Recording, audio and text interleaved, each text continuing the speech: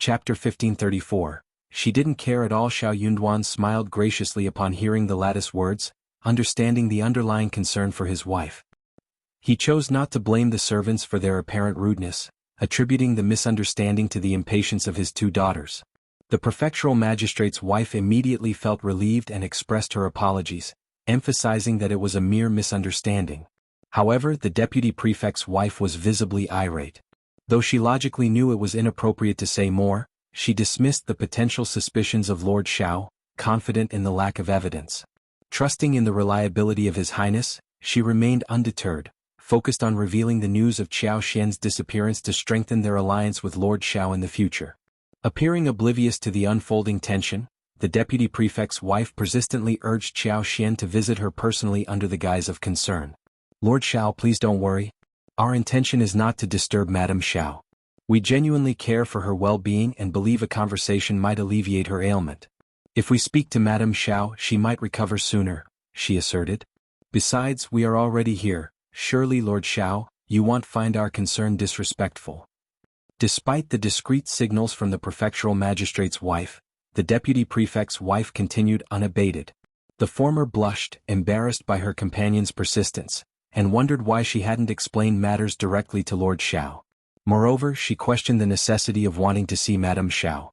If she had something to convey, why involve others and create unnecessary complications? The prefectural magistrate's wife found herself flustered, regretting the unfolding situation. Despite her inner turmoil, she refrained from undermining her companion, considering it inappropriate to intervene at that moment. Shao Yunduan's demeanor shifted to a colder tone as he directed his gaze at the deputy prefect's wife, firm in his conviction that the source of the issue lay with this particular couple. Internally scolding Shao Yunduan for his perceived lack of gentlemanly conduct, the deputy prefect's wife put on a false smile and questioned, "Lord Shao, surely you won't endorse this, will you? Is Madame Shao unwell, or is she not even present at the inn?" The prefectural magistrate's wife, visibly taken aback, interjected, her face turning even redder. "Sister, what on earth are you talking about?" Undeterred, the deputy prefect's wife maintained her composure and pressed on aggressively, "Lord Shao, have we hit the mark? Is Madame Shao truly absent from the courier station? What has transpired? Is she missing? Lord Shao, don't evade the truth. Will you allow us to enter? Madame Shao's disappearance is a grave matter. Lord Shao, concealing it won't serve anyone. If we don't locate Madame Shao promptly, it could lead to serious consequences. Her mishap occurred in Yenzhou City, and we cannot shirk our responsibilities." Speaking rapidly and with a sense of urgency, the deputy prefect's wife presented her conjecture with confidence that bordered on certainty. The prefectural magistrate's wife and the onlookers were left dumbfounded, their wide-eyed expressions betraying a strange inclination to believe the deputy prefect's wife, despite the lack of evidence. The prefectural magistrate's wife hesitated, her heart racing, yet she refrained from uttering a word. Shao Yunduan's expression grew colder. "Madame Qin, have you concluded? My wife is recuperating in the bedroom. Madame Qin, I must say you're overstepping boundaries here, aren't you? If you find any errors, ads pop up, ads redirect, broken links, non-standard content, etc. Please let us know reports so we can fix it as soon as possible." Chapter 1535. Fire. The deputy prefect's wife adopted an assertive stance, lifting the corners of her eyes as she remarked, "Is that so? But I have my doubts. Since you're so confident, let us see Madame Shao. A brief glimpse, we promise. Well, be as silent as mice, not a disturbance.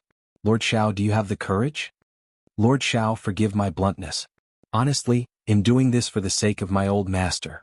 What if something untoward happens to Madame Shao? If you accuse us of incompetence, who can we turn to? Planning ahead is essential. Lord Shao, you've gone to great lengths to prevent us from seeing Madame Shao. It's hard for us to trust your assurances."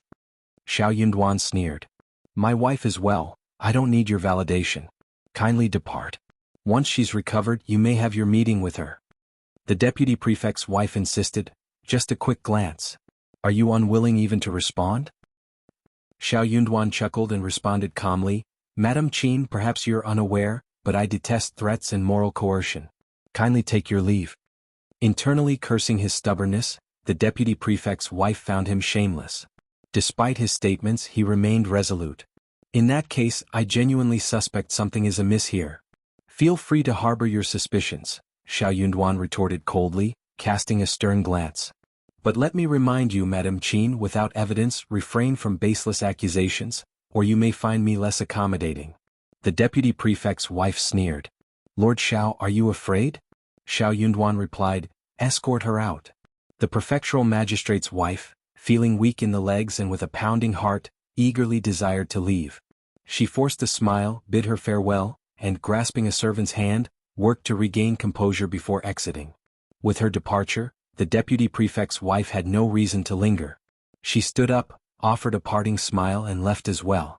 The prefectural magistrate's wife wasted no time waiting for the deputy prefect's wife. Upon departure, she hastened her pace, leaving the latter trailing behind. Smirking with cold resolve, the deputy prefect's wife suppressed her anger. A mere fifth-grade official, she recognized her limited standing. Her husband, a fourth-grade magistrate and a trusted aide to the fourth prince, possessed boundless prospects. Lord Shao's disregard for her authority irked her deeply. Did he believe he could impede the fourth prince's will? Tonight, she vowed to teach him a lesson, planning to embarrass him before everyone. Shao Yunduan hadn't anticipated such arrogance from the deputy prefect's wife. The Yinzhou mansion, he realized, was more complex than he had assumed. Their relationship was on the brink of deterioration, if not already there. He doubted they would hesitate to act against him now. The looming question was, what would be their course of action? Frowning, Shao Yunduan pondered the situation. That night, despite intensified patrols ordered by Shao Yunduan, someone exploited a vulnerability. The relay station, sprawling with servants and government workers, proved chaotic. Seizing the moment, an infiltrator set fire to the compound. The flames erupted simultaneously in the west wing of Shao Yunduan's and Xiao Xian's yard, and the backyard. The scale of the fire suggested liberal use of oil, engulfing half the sky in an instant. In the ensuing turmoil, Li Xia, Li Qiu and other guards under IS command, namely Bai and Sun Qian, promptly mobilized toward the 500 meters of the courtyard where Qiao Wei once resided. Both the prefectural magistrate's wife and the deputy prefect's wife arrived on the scene. The latter promptly expressed a desire to visit and console Madame Shao amidst the chaos. If you find any errors, ads pop up, ads redirect, broken links, non-standard content, etc., please let us know reports so we can fix it as soon as possible. Chapter 1536. Forcing, however, Li Xiao firmly informed her, my wife is in shock. Lord Shao is currently with Madame and cannot entertain visitors. The deputy prefect's wife sneered in disdain. Once again faced with rejection. How much longer could he persist in this refusal? Just then, a maid positioned behind the deputy prefect's wife spoke in a hushed tone.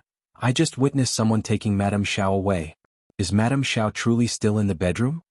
Another maidservant quickly chimed in. I think I saw it too. Promptly seizing the opportunity, the deputy prefect's wife asserted, is it true? Is Lord Shao concealing this out of embarrassment? This is a serious matter. To dispel any rumors, sister, let's enter and confirm. If Madame Shao is present, we can put an end to speculations. If she's indeed abducted, we must devise a plan to rescue her. Lord Shao is bewildered. His wife's safety takes precedence over his reputation. This transpired in Yenzhou City, and we share a responsibility. If we don't inspect the situation and express our concern, we won't be able to justify ourselves in the future. Fuming with anger, the prefectural magistrate's wife felt the urge to vent her frustration. She had merely stood there without uttering a word. Why did he involve her in everything? What did it have to do with her? Not oblivious to the strained relations between the deputy prefect's wife and her husband with Lord Shao, she couldn't fathom why they pulled her into their conflicts. Suddenly, Ai burst out and forcefully kicked the two maidservants who had spoken. Even amid the clamor of the night, the piercing screams resonated with terror. Ai's actions were swift, catching everyone off guard. The deputy prefect's wife, once she regained composure, was both shocked and incensed. She retorted, how dare you assault my people? They'll seek an explanation from Lord Shao and Madame Shao regarding their servant management. Although Ai's kick didn't physically strike her, it felt like a direct blow to her dignity. She had uttered more than the two maidservants. Ai refrained from kicking her due to her status, but she had undeniably suffered a loss of face. Ai's demeanor remained unchanged. He met her gaze and stated, they spoke ill of our wife with filthy mouths, spreading false accusations. As the commotion unfolded, both the prefect and deputy prefect approached. The courtyard fire had been extinguished and order had been restored, prompting their hurried arrival. The deputy prefect's wife, now even more flustered and enraged, sought solace from her husband. The deputy prefect, seething with anger, demanded, "I demand to see Lord Shao. He owes me an explanation." Shao Yunduan emerged from the room at a measured pace, addressing the deputy prefect calmly. "What explanation do you seek, Lord Qin? These two servants were maligning my wife, and I find that unacceptable." The deputy prefect's wife gritted her teeth, asserting, "Chunlan and Dongmei never lie. If they've spoken, it must be true. Lord Shao, if you have nothing to hide, let us enter and verify. Do you have the courage?" "No." "Lord Shao, are you afraid this scandal will tarnish your reputation?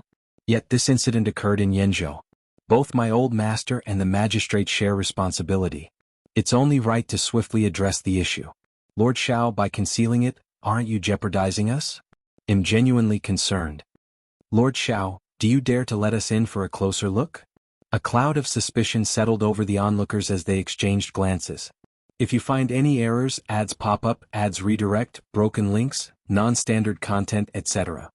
Please let us know reports so we can fix it as soon as possible." Chapter 1537. Suspicion. A subtle shift in everyone's gaze hinted at their growing uncertainty. Was it possible that Madame Shao had indeed disappeared? Otherwise, why would the deputy prefect's wife boldly assert such a claim?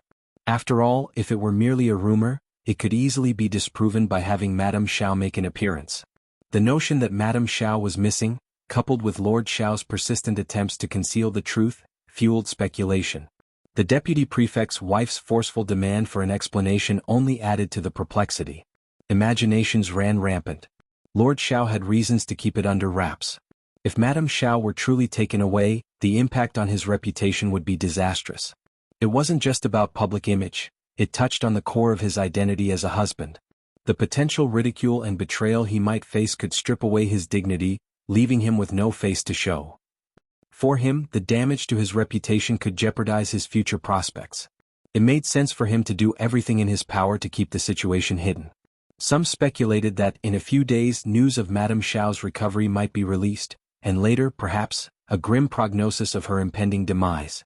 In the midst of these speculations, the deputy prefect's wife, seemingly acting out of kindness, positioned herself as a champion of justice for her newfound sister, Madame Shao.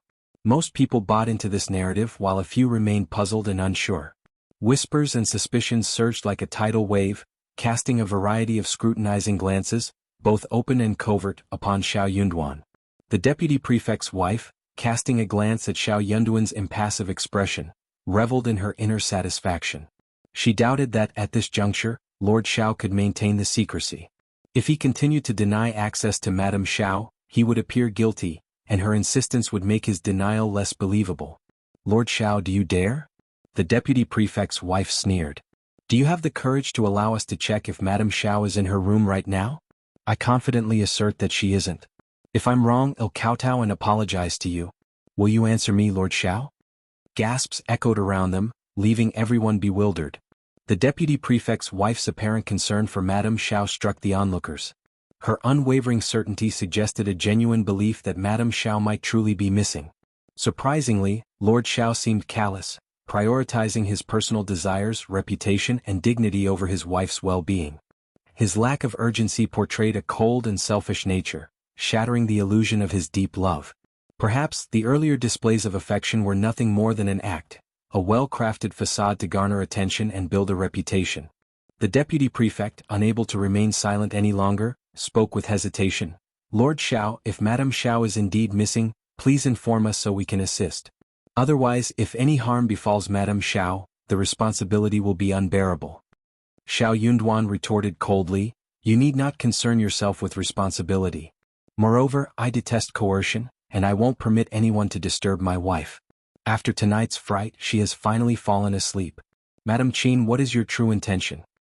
The deputy prefect's wife sneered, "I doubt you would dare to take any action. If you find any errors, ads pop up, ads redirect, broken links, non-standard content, etc. Please let us know reports so we can fix it as soon as possible." Chapter 1538. Hoaxed. Shao Yunduan asserted, "I have no intention of arguing with you." The deputy prefect's wife, seething with anger, retorted, "Madame Shao must have disappeared. Lord Shao, you're heartless." Shao Yunduan sneered and wore a disdainful expression, choosing not to engage further with her. Bafflement spread among the onlookers. Well, if the deputy prefect's wife is so convinced, maybe there's some truth to it. Indeed. Why resist letting people in? Opening the door would settle everything. Unexpected turn of events. Sigh. Human emotions are fickle. Now that Lord Shao is on the rise, he's naturally different. He truly has the audacity to. The deputy prefect's wife must share a close bond with Madame Shao. It's fortunate she exposed the truth. Why would Madame Shao be abducted? Yes. Could it be? The deputy prefect's wife grew even more self-assured. Lord Shao, the truth always prevails. There's no hiding it. What good does it do to deceive yourself? Nobody here is a fool. Shao Yunduan responded icily. He'll reiterate, my wife has been perfectly well. If anyone dares to spread baseless rumors, I won't hesitate to respond firmly. Numerous witnesses have seen nothing amiss, yet the two maids by your side claim otherwise. It's intriguing. I'm curious to know what my wife has done to incur your wrath, leading to this attempt to slander her and tarnish her reputation. It's absurd that I should have to prove my innocence regarding the word of two maids in your company, Madame Qian. If I were to comply with such a ludicrous charade, what would become of my wife and me? Madame Qian, are you attempting to coerce an official of the imperial court based on the testimony of two lowly maidservants? Do you consider yourself worthy? Who do you think you are? You. If someone casually uttered a few words and claimed to have seen someone enter your courtyard in the middle of the night, would you readily allow a search? Nonsense. The deputy prefect's wife seethed. Lord Shao, as an official of the imperial court, kindly choose your words wisely. Do you know how to be cautious with your words? Shao Yunduan sneered. I thought you were incapable of such discretion. Whispers resumed among the onlookers, this time casting suspicion on the deputy prefect's wife. Indeed, it was merely the testimony of two maids, and yet the deputy prefect's wife displayed unwavering certainty and uttered aggressive remarks. How could Lord Shao not be provoked? As he had pointed out, how could he and his wife establish their innocence solely on the words of two maidservants? Even an ordinary person would feel deeply humiliated by such an accusation, let alone an official of the imperial court like Lord Shao. If Lord Shao acquiesced to the deputy prefect's wife, he would forfeit all his dignity. Being caught in the narrative woven by the two maidservants would become a blemish on his reputation. The deputy prefect's wife, enraged, felt a surge of frustration. She had seemingly gained the upper hand and pushed Shao Yunduan into a corner, only to find him shamelessly shifting the blame. Despite the deputy prefect's wife's furious and indignant protests or insisting, Do you dare? Do you dare let me in to see? And accusing, You don't dare, so you must be guilty. Shao Yunduan remained indifferent. He turned his gaze to the deputy prefect and remarked, Lord Qian, has your wife fallen prey to some malicious deceit? What is the meaning of this? Awkwardly rubbing his nose, the deputy prefect hastened forward to restrain his wife, whispering something to her. Though reluctant, she gritted her teeth and endured it. If you find any errors, ads pop up, ads redirect, broken links, non-standard content, etc. Please let us know reports so we can fix it as soon as possible. Chapter 1539. Mockery. The deputy prefect's wife sneered once more. Lord Shao, your silver tongue leaves me speechless. I can only feel sorry for Madame Shao. Missing and forgotten, it wouldn't be surprising if she passed away one day. Shut up. Shao Yunduan's anger flared, glaring at her. Rest assured, my wife will live a long life.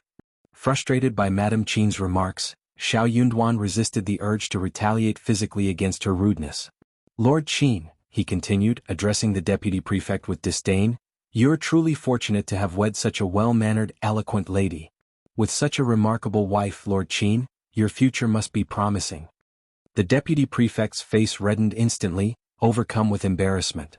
It felt as if he had been slapped, mocked for choosing a spouse lacking in manners, and cursed for his future. However, his wife had provoked the scolding, leaving him little choice. He gripped her arm to prevent further outbursts and shot her a warning glare. Maintaining a forced smile, he pretended to be oblivious to Shao Yunduan's sarcasm. As long as he feigned ignorance, the embarrassment wasn't truly his. Nevertheless, he couldn't linger any longer, even though indignation bubbled within him as much as his wife. Shao Yunduan, with his thick skin, had pushed them to this point, yet he persistently attempted to mask the situation with sophistry. Lord Shao, my wife must have been frightened by tonight's fire and chaos. She didn't mean anything else. Please don't argue with a woman. It's late, we should take our leave. We won't disturb your rest. Lord Shao, focus on taking care of Madame Shao for a swift recovery. My wife and Madame Shao instantly hit it off. She genuinely cares for Madame Shao. Shao Yunduan sneered, retorting, your wife's concern is not something anyone can appreciate. You may leave. Shao Yunduan gestured towards the two maids who had been vocal about witnessing Qiao Xian being taken away. However, they must stay. Lord Qin, do you find fault with my decision to pursue this matter? The hearts of the deputy prefect and his wife skipped a beat. Shao Yunduan's assertiveness left little room for refusal, even if his request seemed reasonable. Yet, surrendering these individuals to him was out of the question. Once they were handed over, who knew what kind of punishment Shao Yunduan might mete out? What if the interrogation unearthed some compromising information? While they could feign ignorance, it remained an inappropriate risk. These two have overstepped their bounds. It's understandable that Lord Shao is angered. Men, take them away and administer 30 strokes each. Lord Shao, how does that sound? Shao Yunduan sneered, opting to remain silent. His silence, however, carried implicit agreement. At the deputy prefect's command, bailiffs swiftly descended upon the two maidservants, dragging them down as they cried and pleaded for mercy. Unexpectedly, Shao Yunduan interjected, do it here. His subordinates complied, subjecting the two maids to a merciless beating. Their screams echoed, initially accompanied by pleas for mercy, but eventually tapering off as their heads drooped, succumbing to unconsciousness. The onlookers shuddered, their hearts pounding. Shao Yunduan cast a cold gaze across the crowd and declared, continue spreading baseless rumors and next time the tally will be 60 or 90. If you find any errors, ads pop up, ads redirect, broken links, non-standard content, etc. Please let us know reports so we can fix it as soon as possible. Chapter 1540. He wants to alert them. The deputy prefect couple's faces burned with humiliation. Despite their anger, they dared not voice their objections. They hastily departed, leaving in a sorry state. The magistrate sighed inwardly and bid farewell to his wife. Shao Yunduan issued some instructions to Bai and Sun Qian, then turned on his heel and returned to the room. Since he had commandeered this residence, Xiao Wei could no longer remain there and had to vacate at the last minute. As the deputy prefect's wife approached Shao Yunduan, Xiao Wei, overhearing their conversation from inside the room, felt a profound unease. The temptation to rush out and disclose the truth, potentially tarnishing Qiao Xian's reputation, was strong. However, fear held her back. Shao Yunduan would never entertain her explanations, even if she feigned an accidental disclosure. His retaliation would be merciless, and she knew she could never endure such consequences. While it seemed gratifying to exact revenge on Qiao Xian and sully his reputation, Xiao Wei had to prioritize self-preservation. She couldn't risk her life and future to go down with Qiao Xian. Thus, she reluctantly endured the frustration, feigning ignorance. In her heart, she silently cursed that Qiao Xian would never return. That night, Shao Yunduan found no sleep. There was no news of Qiao Xian, no contacts and no clues. The uncertainty of when any information might surface weighed heavily on him. Yanzhou City, coupled with the element of surprise working against him, posed a daunting challenge in finding someone amid the sea of faces. Furthermore, conducting an open search was out of the question. One certainty provided some solace. His wife was currently safe. The very fact that they had orchestrated the leak about her disappearance hinted at her security. Yet, she couldn't remain concealed indefinitely. This wouldn't be the last time the deputy prefect's wife would act so unreasonably. Shao Yunduan couldn't afford to counter her vehemently every time. Ultimately, there was no need for him to engage in verbal sparring.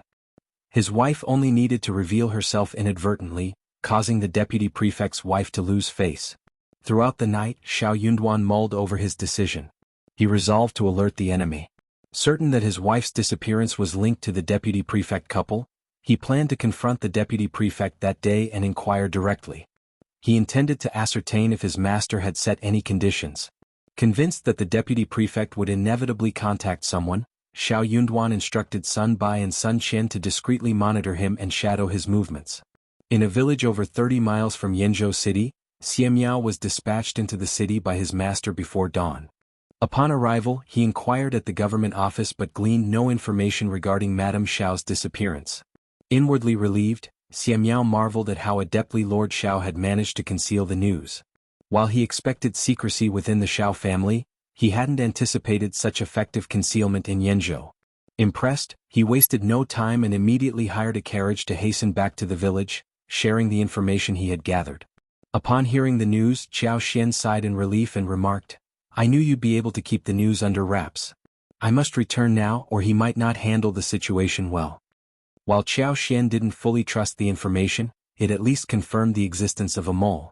If you find any errors, ads pop up, ads redirect, broken links, non-standard content, etc., please let us know reports so we can fix it as soon as possible. Chapter 1541.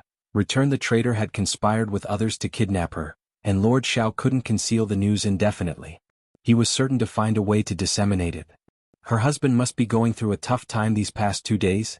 Xie Jingrong couldn't help but feel a twinge of disappointment as he observed the joy on her face. He concealed it skillfully, maintaining a gentle smile as he nodded and said, "Then let's go." Afterwards, the group immediately took the carriage into the city. Although Xie Jingrong didn't make an appearance, he checked into an inn upon entering the city. He tasked Xie Miao with delivering a letter to Shao Yunduan. Shao Yunduan was elated upon reading the letter. The collaboration unfolded seamlessly, and Qiao Xian returned to the station unnoticed. This time she truly needed rest in bed. Tearfully, Li Xia and the others left, leaving Shao Yunduan by her side. Unable to contain his joy, Qiao Xian hugged Shao Yunduan, laughing with delight. Shao Yunduan gazed down at the woman in his arms, smiling as he tightened his embrace. Qiao Xian, looking up from his arms, locked eyes with him and they shared a kiss. Suppressed emotions, restrained composure, nights filled with restlessness and fear, intense longing, every emotion blended and erupted simultaneously. It was a tsunami, a volcanic eruption and a fierce wind. They kissed until parting seemed impossible. Qiao Xian whimpered, feeling almost suffocated by the man's passion, yet she found solace and security in the suffocation. "I'm sorry." After the kiss, Shao Yunduan held her soft waist tightly with one hand, the other on her shoulder. He lowered his head and said hoarsely, "I'm sorry." Warmth filled Qiao Xian's heart, a sense of being cherished. She pursed her lips. "It's not your fault. We didn't anticipate those people being so cunning." Qiao Xian didn't hold Shao Yunduan responsible for the incident. If blame were to be assigned, it should fall on the East Palace, the source of the trouble. She and Shao Yunduan were mere pawns in the East Palace's power play against her brothers. Despite this, Qiao Xian only pondered on it briefly and chose not to dwell on the matter. Having committed to this path, they naturally had to continue down it. A steely glint appeared in Shao Yunduan's eyes. Gritting his teeth, he declared, "I won't let this go when we return to the capital. Just wait and see." Taking a couple of steps back, he assessed her. "Wife, are you frightened? You must have endured a lot. I'll ask Li Xia and the others to bring some food over. Have a meal, take a bath and get some rest. They'll be by your side. We can discuss other matters later." Having returned to the city early in the morning, Qiao Xian's stomach growled and fatigue set in.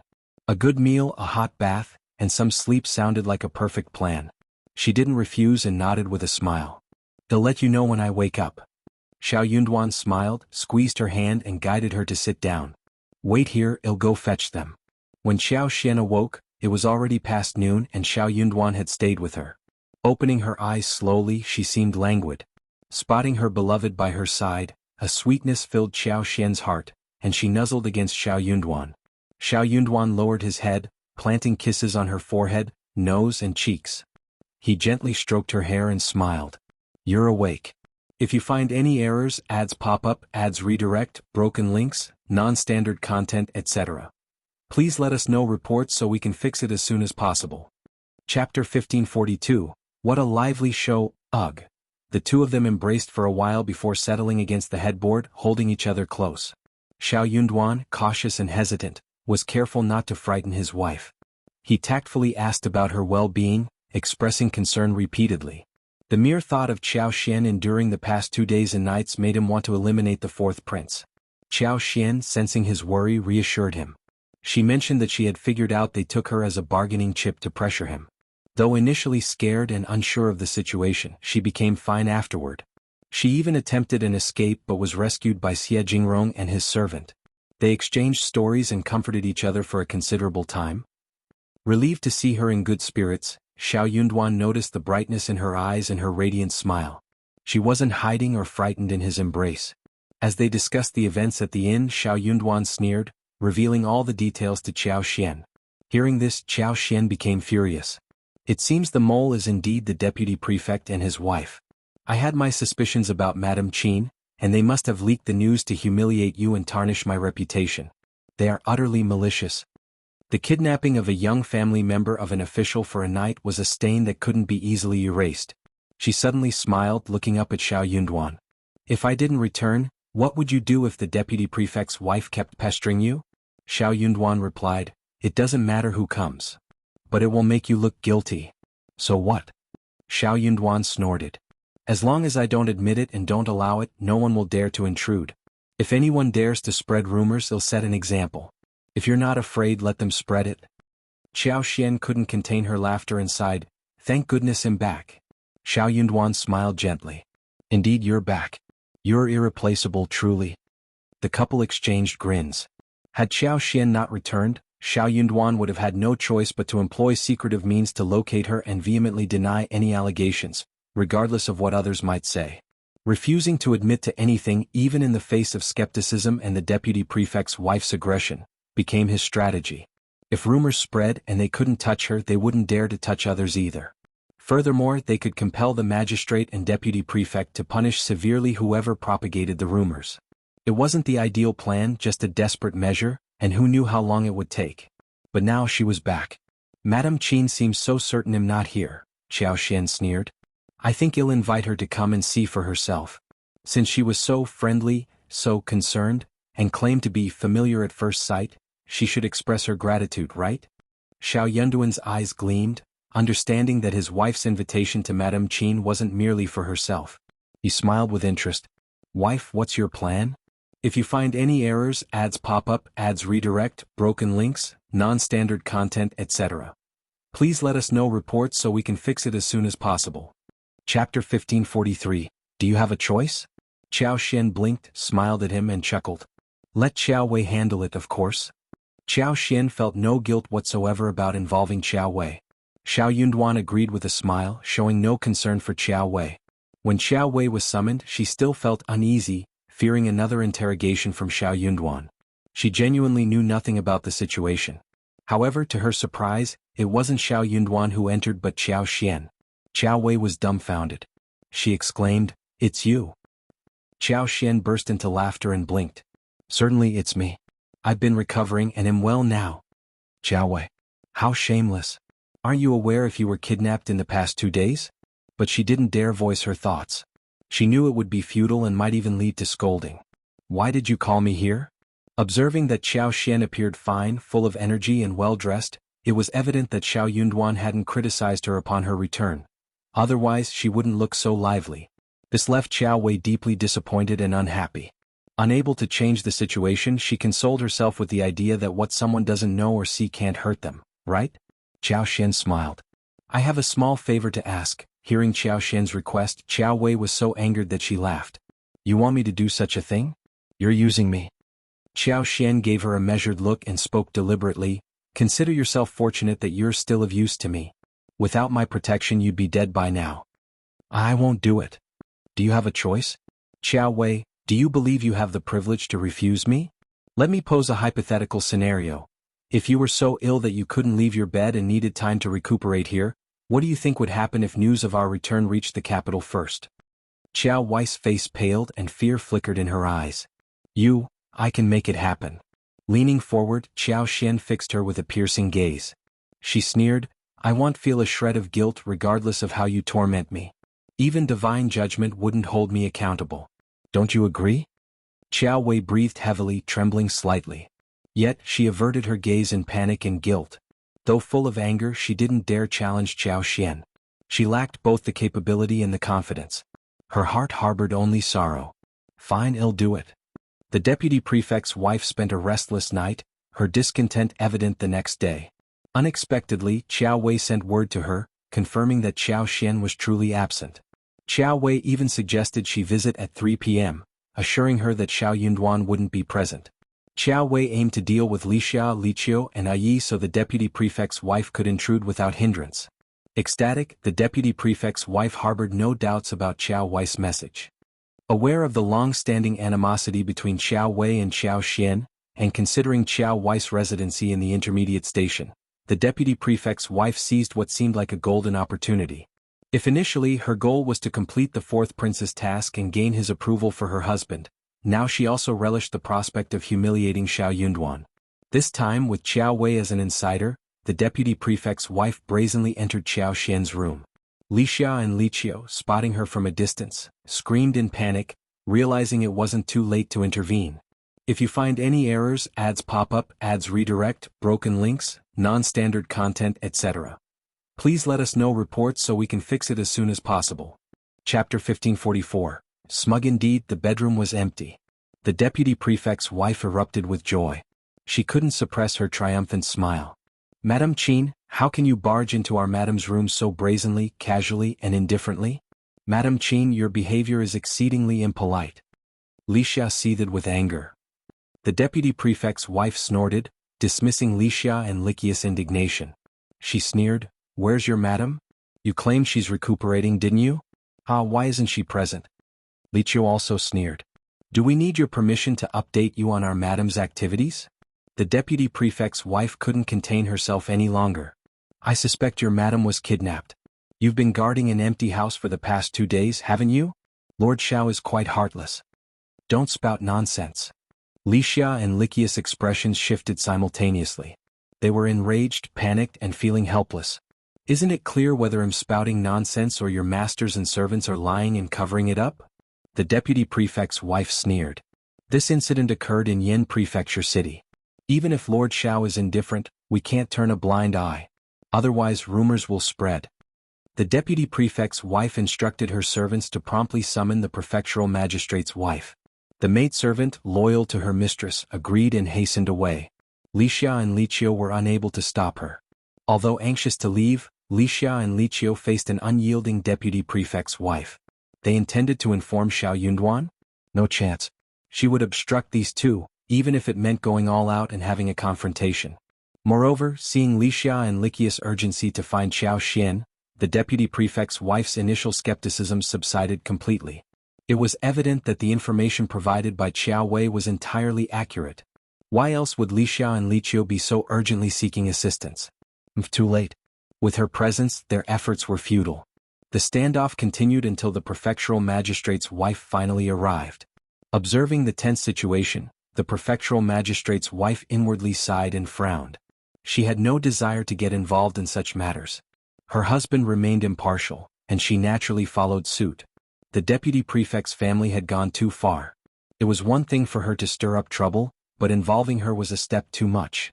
Hurrying over, she asserted that Madame Shao was in her room and might have been kidnapped. Now, she couldn't even find an excuse to decline the deputy prefect's wife's request to check on her. "Sister, you've come at last. This situation frightened me so much. I couldn't handle it on my own." Upon spotting the prefectural magistrate's wife, the deputy prefect's wife quickly patted her chest, dramatizing the situation. She eagerly recounted the events, her smug demeanor irking the prefectural magistrate's wife.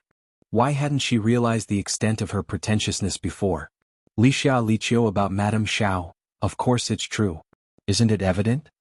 The deputy prefect's wife sneered, directing her gaze at Li Xia and Li Qiu. "Otherwise, bring Madame Shao out for us to meet. Can you make her come out?" Li Xia sneered. "Madame Qin doesn't seem to have the authority to decide whether Madame Shao wants to meet her or not. Shouldn't Madame Shao have the choice to decide?" Li Qiu added, "Madame Qin, your approach is unreasonable. The moment you entered, you stole the spotlight and started spouting baseless claims. Our madam is perfectly fine at the intermediate station, but you refuse to believe us. If you find any errors, ads pop up, ads redirect, broken links, non-standard content, etc. Please let us know reports so we can fix it as soon as possible." Chapter 1545. Forcing the deputy prefect's wife sneered, "Who can't talk big? Where's the evidence? It's our family's affair where our madam is. Since when do we need to prove it to the deputy prefect's wife?" What the deputy prefect's wife is saying is truly amusing. That's correct. Just last night, our lord severely reprimanded the two maidservants beside Madame Qin for spreading baseless rumors. Madame Qin, you witnessed it yourself. What? It's only been a night and you've already forgotten. You're the one spouting baseless claims. The deputy prefect's wife, humiliated, erupted in anger. Madame Shao's disappearance is a serious matter. If you conceal it like this and someone ends up harmed, don't blame us and our old master. We won't be able to justify ourselves then.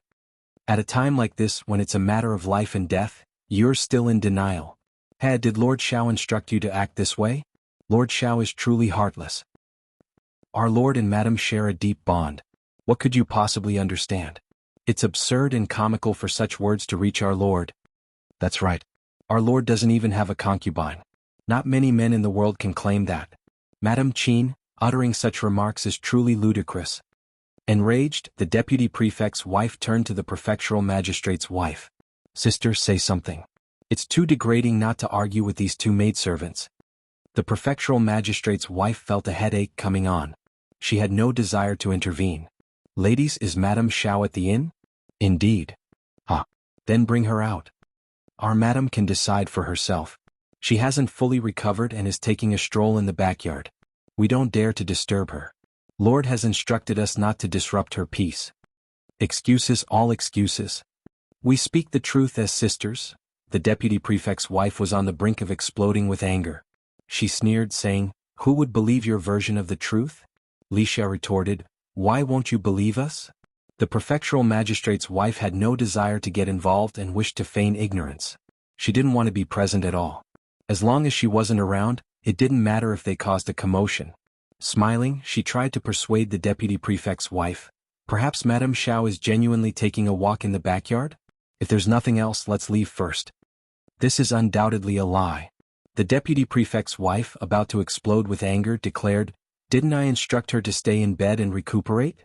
She's not here at all. We've come this far, yet you persist in lying through your teeth." Wuxia argued, "It's evident that you're the one causing a scene. What if you're wrong? What will you do then?" Madam Qian sneered. "If I'm wrong, I'll kneel down and kowtow 3 times to your madam to apologize. Then I'll kowtow to you and your sister to apologize. Now can you invite her out? If she's genuinely here, why hide behind the curtain?" Xiao Xian entered slowly, holding Miamian's hand, and said calmly, "Madam Qian, your statements are quite intriguing." A sudden hush fell over the room. All eyes turned to Xiao Xian and gasps filled the air. The prefectural magistrate's wife was overjoyed and finally felt a sense of relief. "Madam Shao, have you recovered? Congratulations." Truth be told, she didn't want any trouble in Yenzhou City. Smoothly sending her away would be ideal. This was excellent. However, the deputy prefect's wife widened her eyes as if she had seen a ghost.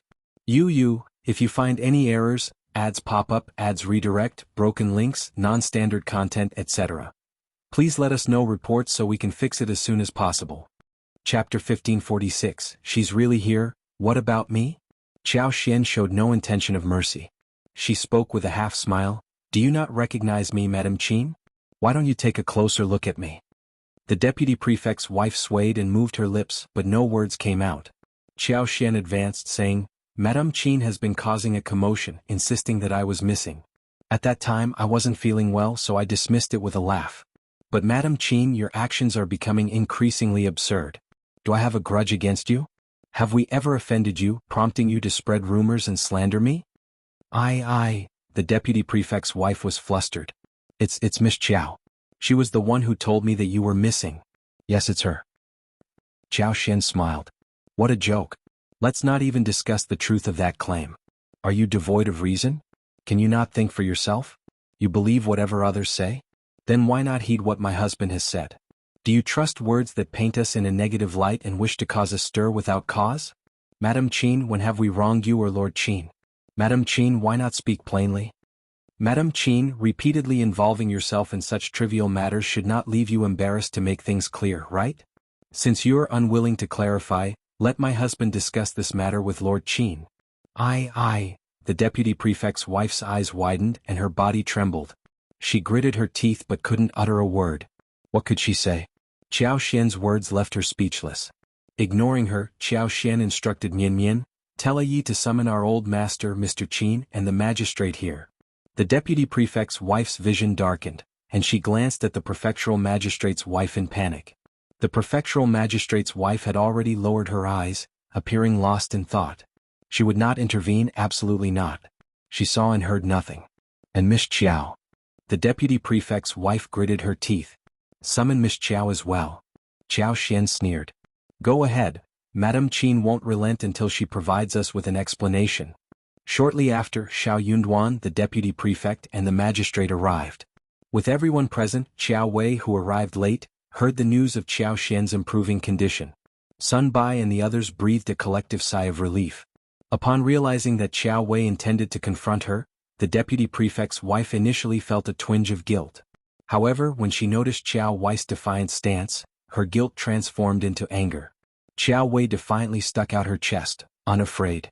She shot a provocative glance at the deputy prefect's wife. What did she have to fear? The deputy prefect's wife lacked any evidence. As long as she maintained her denial, what could the deputy prefect's wife do? After all, one couldn't blame others for being gullible and naive, right? Miss Qiao, why did you lie to me? What is your motive? So, you're manipulating me like a pawn and deceiving me? The deputy prefect's wife erupted in fury, shouting immediately.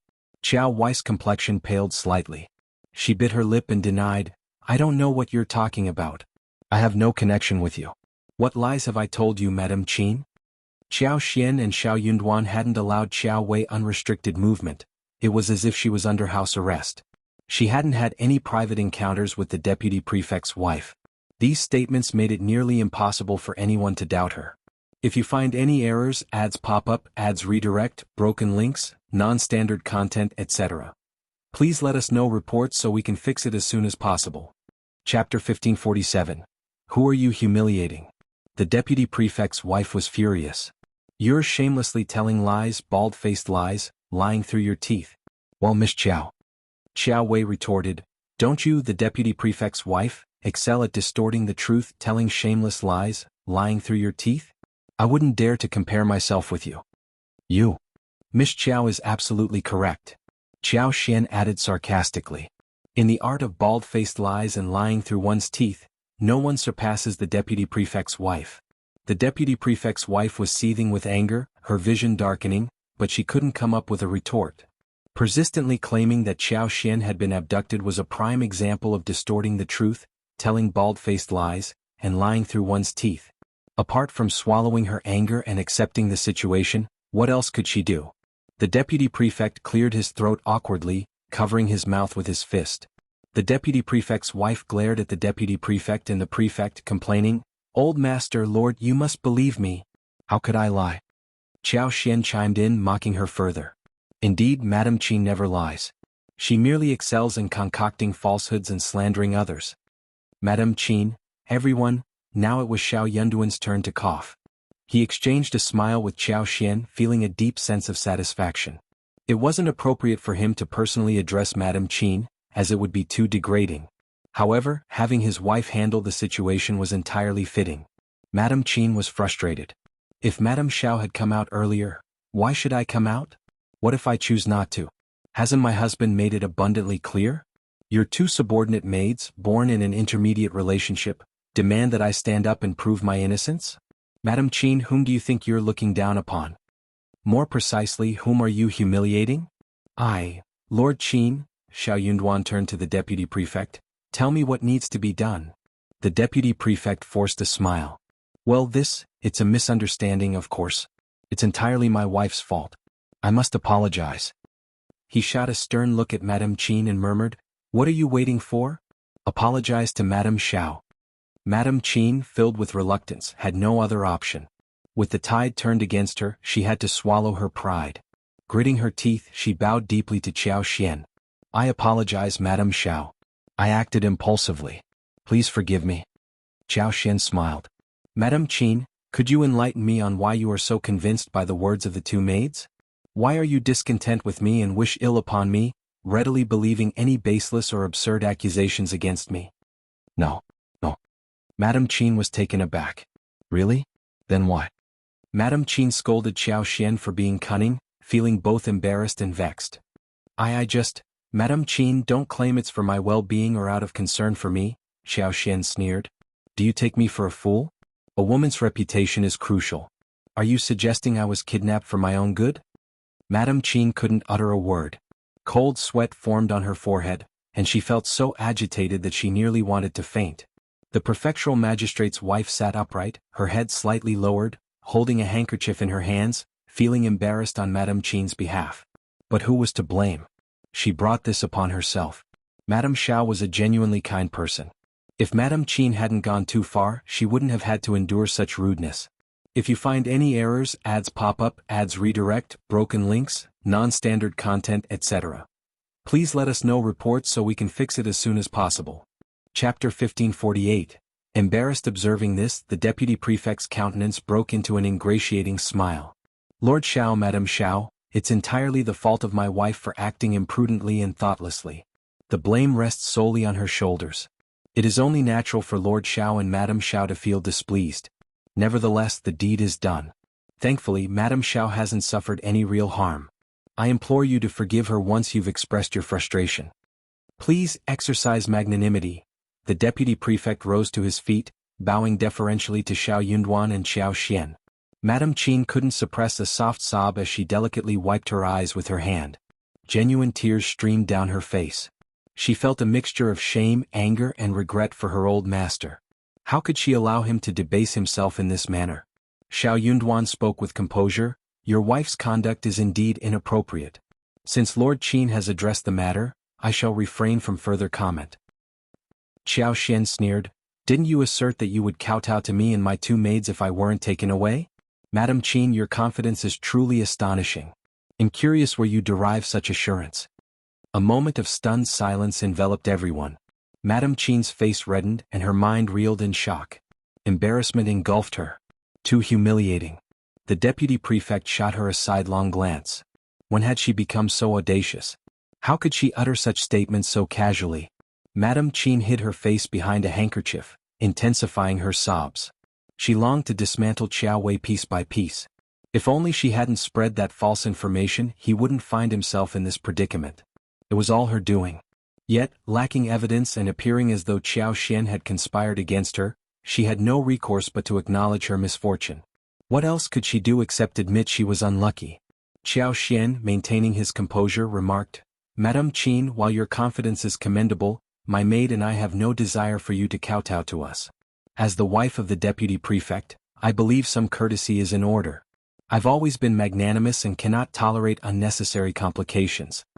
Madame Qin experienced throbbing pain in her chest and ribs, leaving her feeling lightheaded and infuriated. Why didn't she just faint? The deputy prefect, too, was flustered, his thoughts in disarray. Shao Yunduan interjected with a chuckle. Let's not dwell on this. As my wife has suggested, let bygones be bygones. We depart the day after tomorrow. Kindly ensure our peace for the next 2 days. The deputy prefect wiped sweat from his forehead, nodding hastily, while the magistrate offered polite words and a smile. Soon the quartet rose and exited in succession. Upon stepping out, Madame Qin nearly kicked the threshold and stumbled, injuring her toes. Returning home, she discovered bruises and endured pain. Xiao Xian and Shao Yunduan exchanged glances, sharing a laugh. I feel much better now. What kind of person is she? Trying to strike him down. Xiao Xian remarked. Shao Yunduan smiled. It's not over yet, just wait and see. Intrigued, Xiao Xian nodded. Really? I'm eagerly anticipating it. The deputy prefect's couple, leaving the relay station, were utterly stunned. Their minds reeled, a dizzying embarrassment settling in. They had never experienced such humiliation before, not even from the magistrate. This time they had truly encountered an unexpected challenge. Returning to their home, they closed the door and engaged in a heated argument. If you find any errors, ads pop up, ads redirect, broken links, non-standard content, etc., please let us know reports so we can fix it as soon as possible. Chapter 1549. End of the farce. The farce ultimately reached its conclusion. The deputy prefect's wife relinquished her pursuit of revenge against Xiao Xian and Shao Yunduan, not out of disinterest but due to the realization that such an opportunity would never present itself. Xiao Xian's cutting words had left her feeling deeply embarrassed, and the prospect of further humiliation deterred her from attempting any retaliation. A palpable sense of danger emanated from Xiao Xian. She recognized him as someone not to be trifled with. Offending him was a risk she couldn't afford to take, and the humiliation he inflicted had been a bitter lesson. Fueled by resentment, she redirected her animosity toward Xiao Wei, despising her to the core. That audacious woman dared to orchestrate her downfall. If not for the fabricated news she relayed, the deputy prefect's wife reasoned, she wouldn't have acted impulsively, and Xiao Xian wouldn't have slapped her in public. It was akin to inviting others to witness the assault, a blow to her dignity she couldn't easily stomach. While still contemplating ways to exact revenge on Xiao Wei, a startling event unfolded that night. An assassin infiltrated the relay station and attacked Xiao Yunduan. Imperial physicians rushed to attend to him, leaving Xiao Xian in a state of panic. Witnessing Xiao Yunduan's pallid face, she succumbed to the stress and fainted. The relay station buzzed with activity as lights illuminated the chaos. People were thrown into disarray. Sun Bai and his comrades, along with Yi and a dozen guards, pursued the assassin, but the assailant left behind traces and managed to escape into the deputy prefect's courtyard. The deputy prefect and the prefect resided at the rear of the government office. Although provided accommodations at the relay station, the deputy prefect couple continued to reside there, enjoying the magistrate's favor and additional territory. When Sun Bai, Yi and the others stormed in, the deputy prefect couple naturally erupted in fury. However, the sight of bloodstains in the courtyard brought panic to their faces. Quick-witted, the deputy prefect's wife immediately asserted that this was Lord Shao and Madame Xiao's act of vengeance. According to her narrative, they must have orchestrated a covert plot to smear the courtyard with bloodstains and then frame them. Enraged by these allegations, Sun Bai, Yi, and the others vehemently responded. Sun Bai snapped, "Our lord barely survived an assassination attempt, with the imperial physician currently working to save her." Madame was so terrified she fainted on the spot. Numerous brothers have tracked the assailant all the way here. Additionally, bailiffs from your government office are stationed to guard the courier station. Everyone witnessed a black-clothed infiltrator with their own eyes, yet Madame Qin is playing the blame game. She's truly cunning and malicious. Brothers, let's find the assassin and expose her deceit. The deputy prefect, in a state of panic, protested, "You can't search." Upon learning of Xiao Yunduan's grave injury, shock overcame the deputy prefect and his wife. Madame Qin, too frightened to speak further, recoiled. Sun Bai sneered, "Why not? Are you shielding the assassin? It seems Lord Qin is implicated with the assailant." "What baseless accusations. There's no truth to that." Sun Bai retorted, "It might not be so. Although we're unsure of the motive, it's evident that both of you harbor animosity towards our madam and madam. Madame Qin has repeatedly caused trouble before. It's not surprising if you seek revenge. You can't escape suspicion. Lord Qin, even if it's to clear your name, step aside. Otherwise it looks like you're protecting the culprit." The deputy prefect found himself speechless, well aware that his wife's antagonistic actions toward Xiao Yunduan and Xiao Xian were glaringly apparent to everyone. If you find any errors, ads pop up, ads redirect, broken links, non-standard content, etc., please let us know reports so we can fix it as soon as possible. Chapter 1550. Assassin. Coincidentally, Xiao Xian had incurred the wrath of the deputy prefect's wife earlier in the day. However, as night fell, a shocking incident unfolded at the courier station, and the discovery of bloodstains led straight to his residence. It seemed like an open and shut case. Regardless of his protestations, denial proved futile. "Lord Qin, I have grounds to suspect you're buying time for the assassin," accused Sun Bai. "You." The magistrate, relishing the deputy prefect's discomfort, seized the opportunity, stating, "Brother Qin, let them conduct the search. How else will you explain this to Lord Xiao? If they find nothing, it will vindicate you." Xiao Yunduan's injury, attributed to the assassination attempt, implicated the deputy prefect. Refusing the search would not appease Xiao Yunduan, and further consequences loomed, including potential loss of his official position as deputy prefect.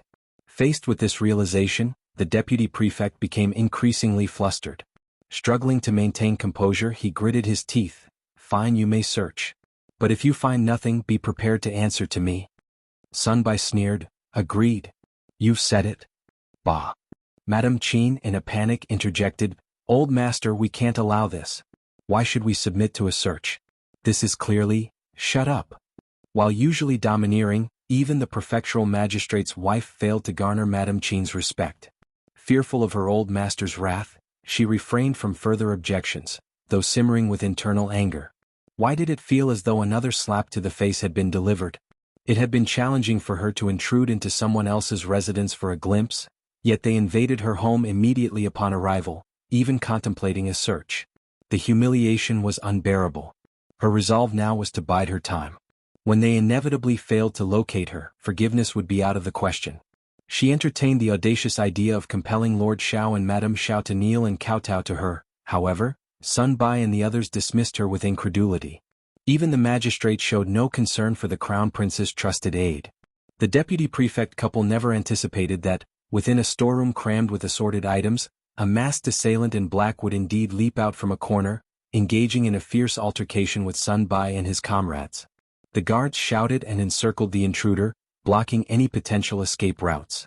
Dumbfounded, the deputy prefect staggered and fell. What's happening? His wife, equally flustered, gawked at the unfolding chaos. This is impossible. It can't be. This person has no connection to us. He's merely hiding here out of panic. Yes, that must be it. The deputy prefect's hands trembled. Initially inclined to agree with his wife, a sudden realization struck him, widening his eyes in terror. His heart pounded and he dared not utter a word. A thought flashed. Was this orchestrated by the fourth prince? The task assigned by His Highness was so simple that even he and his wife couldn't accomplish it. The capital's trusted aides dispatched by the crown prince might be dissatisfied. Could they have orchestrated this without informing him? The world seemed to spin and he nearly fainted from fright. Observing the fiercely battling assassin, the deputy prefect wished for escape or death, where there'd be no evidence even in demise. At least then he could deny any involvement. Though outnumbered, the lone assassin held his own against Sun Bai and the others, leaving them momentarily powerless. If you find any errors, ads pop up, ads redirect, broken links, non-standard content, etc., please let us know reports so we can fix it as soon as possible. Chapter 1551. Unable to defend the deputy prefect's conviction that the assassin was sent by the fourth prince solidified as he marveled at the assassin's formidable martial arts skills. His heart grew cold with dread. Despite the assassin's prowess, he succumbed to the onslaught from Sun Bai and the others. Gradually losing ground, Sun Bai seized an opportunity to disable the assassin, breaking his jaw with a swift move. Subdued, the assassin was taken down. Now for the interrogation. We can't afford any delays, Sun Bai declared with urgency. His sharp gaze shifted to the deputy prefect, still slumped on the ground. Sneering, Sun Bai remarked, "Deputy prefect, your turn." Forcing himself up with the assistance of a subordinate, the deputy prefect retorted bitterly, "I don't care whether you believe me or not. This person has nothing to do with me. I know nothing about this." His protestations fell on deaf ears. The response he received was nothing more than a cold smile. Even the magistrate regarded him with a stern and icy gaze. The deputy prefect's world darkened. The night brought the results of the interrogation. Shockingly, the deputy prefect emerged as the mastermind. The assassin had confessed to the crime, found on the deputy prefect's premises. The couple's motive to target Lord Shao became evident, and the case was resolved. Ecstatic, the magistrate seized the opportunity to bring to light numerous instances of bribery, corruption, and illicit activities the deputy prefect had suppressed. Collusion between officials and businessmen to exploit the market, along with the misdeeds of his family clan in the countryside, were all unearthed. The deputy prefect and his wife found themselves incarcerated, and the magistrate promptly submitted a memorial. His path to an official post seemed assured. As for the assassin, following his confession, a public act of ingesting poison led to his suicide. The body was unceremoniously tossed into an unmarked grave and concealed from view. Little did anyone know that this supposedly deceased assassin had cunningly assumed the guise of the Eastern Palace's secret guard. With Sun Bai and the others mistakenly believing they had dealt with him, it was a simple feat for him to feign his own demise. While the deputy prefect faced imprisonment and the resurrection of numerous old cases threatened his position, attention shifted away from the assassin. Lord Shao, despite being injured, insisted on adhering to established protocols, diverting scrutiny from the faux demise. The deputy prefect and his wife found themselves incarcerated, along with numerous members of the Qin family implicated in various cases. Fear pervaded, and ashen faces mirrored the collective terror. Gone was the arrogance of the deputy prefect's wife. In a matter of days she appeared aged by a decade, her once haughty demeanor replaced by haggard despair. Confined in a grimy, disorderly intermediate prison, she had shed countless tears. Her suffering was unparalleled. In stark contrast, the prefectural magistrate's wife reveled in delight. Frequently subjected to the deputy prefect's wife's mistreatment, she relished the karmic turn of events. It was a manifestation of divine justice.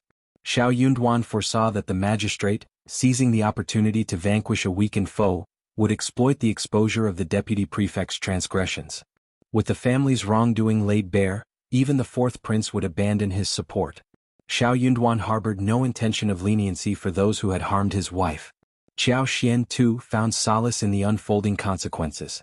Whether it was the fourth prince's cohorts responsible for her abduction and the attacks on her and Shao Yunduan, or their involvement in illicit activities, they would bear the weight of their actions. At this juncture, Qiao Xian's interest waned. The fate of the once arrogant deputy prefect's wife held no allure. Her concern was solely reserved for her and Shao Yunduan's well-being. If you find any errors, ads pop up, ads redirect, broken links, non-standard content, etc., please let us know reports so we can fix it as soon as possible. Chapter 1552. Regret. Xiao Xian anxiously awaited Shao Yunduan's return to the capital in the coming days. The prefectural magistrate's wife harbored a deep-seated resentment toward the deputy prefect's wife for her arrogance, conceit, and consistent efforts to make life difficult for others. Despite this, she couldn't resist the temptation to personally mock her. Making discreet arrangements, she orchestrated a meeting, bringing a maidservant into the prison while dressing up for the occasion. Upon seeing the prefectural magistrate's wife, the once arrogant deputy prefect's wife lost her composure. Stripped of her former haughtiness, she couldn't fathom the intentions behind the magistrate's wife's visit. Overcome with emotion, she threw herself against the bars, tears streaming down her face as she pleaded for mercy. Our old master has been wronged. He must have been unjustly accused. Sister, I implore you to inform the authorities. Plead for our release and save our old master. The prefectural magistrate's wife stood there, a quiet smile on her face. She observed the deputy prefect's wife's pitiful state and tears, experiencing a fleeting sense of satisfaction mingled with a trace of sympathy. However, this momentary compassion swiftly transformed into the realization that the deputy prefect's wife deserved her current plight.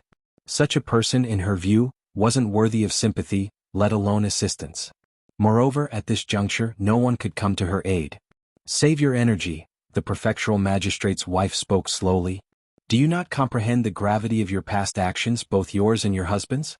Even if you are innocent of the attempted assassination of Lord Shao, you cannot escape the repercussions of your past deeds. The deputy prefect's wife froze, her tears ceasing. Deep down, she was acutely aware of the unsavory actions she, her husband, and their family had committed. Exposed one by one, these deeds left little room for any hope of redemption. Why was she still pleading with the woman standing before her? Ah yes. How had she overlooked it? The scheming woman had undoubtedly come to revel in her humiliation, hadn't she? Are you satisfied? The deputy prefect's wife shot a fierce glare at the prefectural magistrate's wife with her red and swollen eyes. She clenched her teeth, her expression fierce. You must be thrilled to witness me in this sorry state. I knew you didn't visit out of kindness. Ha, you're here to revel and mock me? Wretch. What pride do you have left? Just wait. Who doesn't get their feet wet when crossing a river? Will your magistrate remain untainted and blameless? One day he'll meet the same fate and you'll be in my shoes. Just wait. Shut up. The prefectural magistrate's wife felt a twinge of unease. As an official, everyone dreaded such ominous words. They were considered more than just harsh, they were considered malevolent. You truly never change.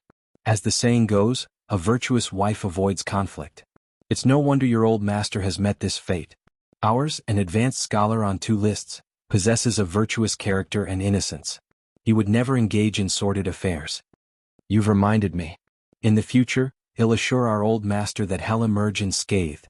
Sadly, you won't be around to witness it. Do you realize your worth? How dare you provoke Lord Shao? You've earned this fate. Speaking of which, Lord Shao and Madame Shao are truly our lucky stars. Once they arrive, won't I get the chance to fully vent my frustration? Stay here, continue your tirade if you wish. This is all that's left for you. The prefectural magistrate's wife sneered and waited for the maidservant to depart.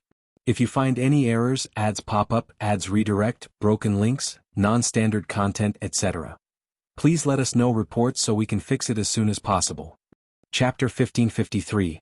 Returning to the capital, the impact of the revelation struck the deputy prefect's wife like a lightning bolt. Her body went limp and she slid down weakly, seated on the ground as she covered her face in tears. It dawned on her, if she hadn't received the news from the fourth prince and incessantly picked fights with Shao Yunduan and Qiao Xian, none of this would have unfolded. Regret consumed her. If only she hadn't provoked them, none of this would have transpired. So why did she provoke them? Now, in their pitiful state, even daring to mention the fourth prince was beyond their reckoning. They couldn't dare to mention him. To utter his name might hasten their demise. A few days later, Shao Yunduan's injury was no longer a hindrance. He only needed to recuperate during the journey, so they set off again. Xie Jingrong also appeared en route to the capital, deciding to travel alongside Shao Yunduan and the others. News of Shao Yunduan's supposed assassination reached the capital, enraging the crown prince. He issued orders for magistrates to ensure Shao Yunduan's careful escort, even echoing the emperor's sentiments. With the addition of the eldest son of the Xie family, the journey became significantly safer. As long as the princes weren't foolish, they wouldn't continue their assaults after the emperor's proclamation.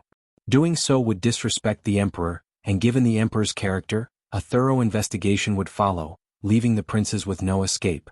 Moreover, the emperor required no concrete evidence. A mere suspicion sufficed to bring consequences upon the princes.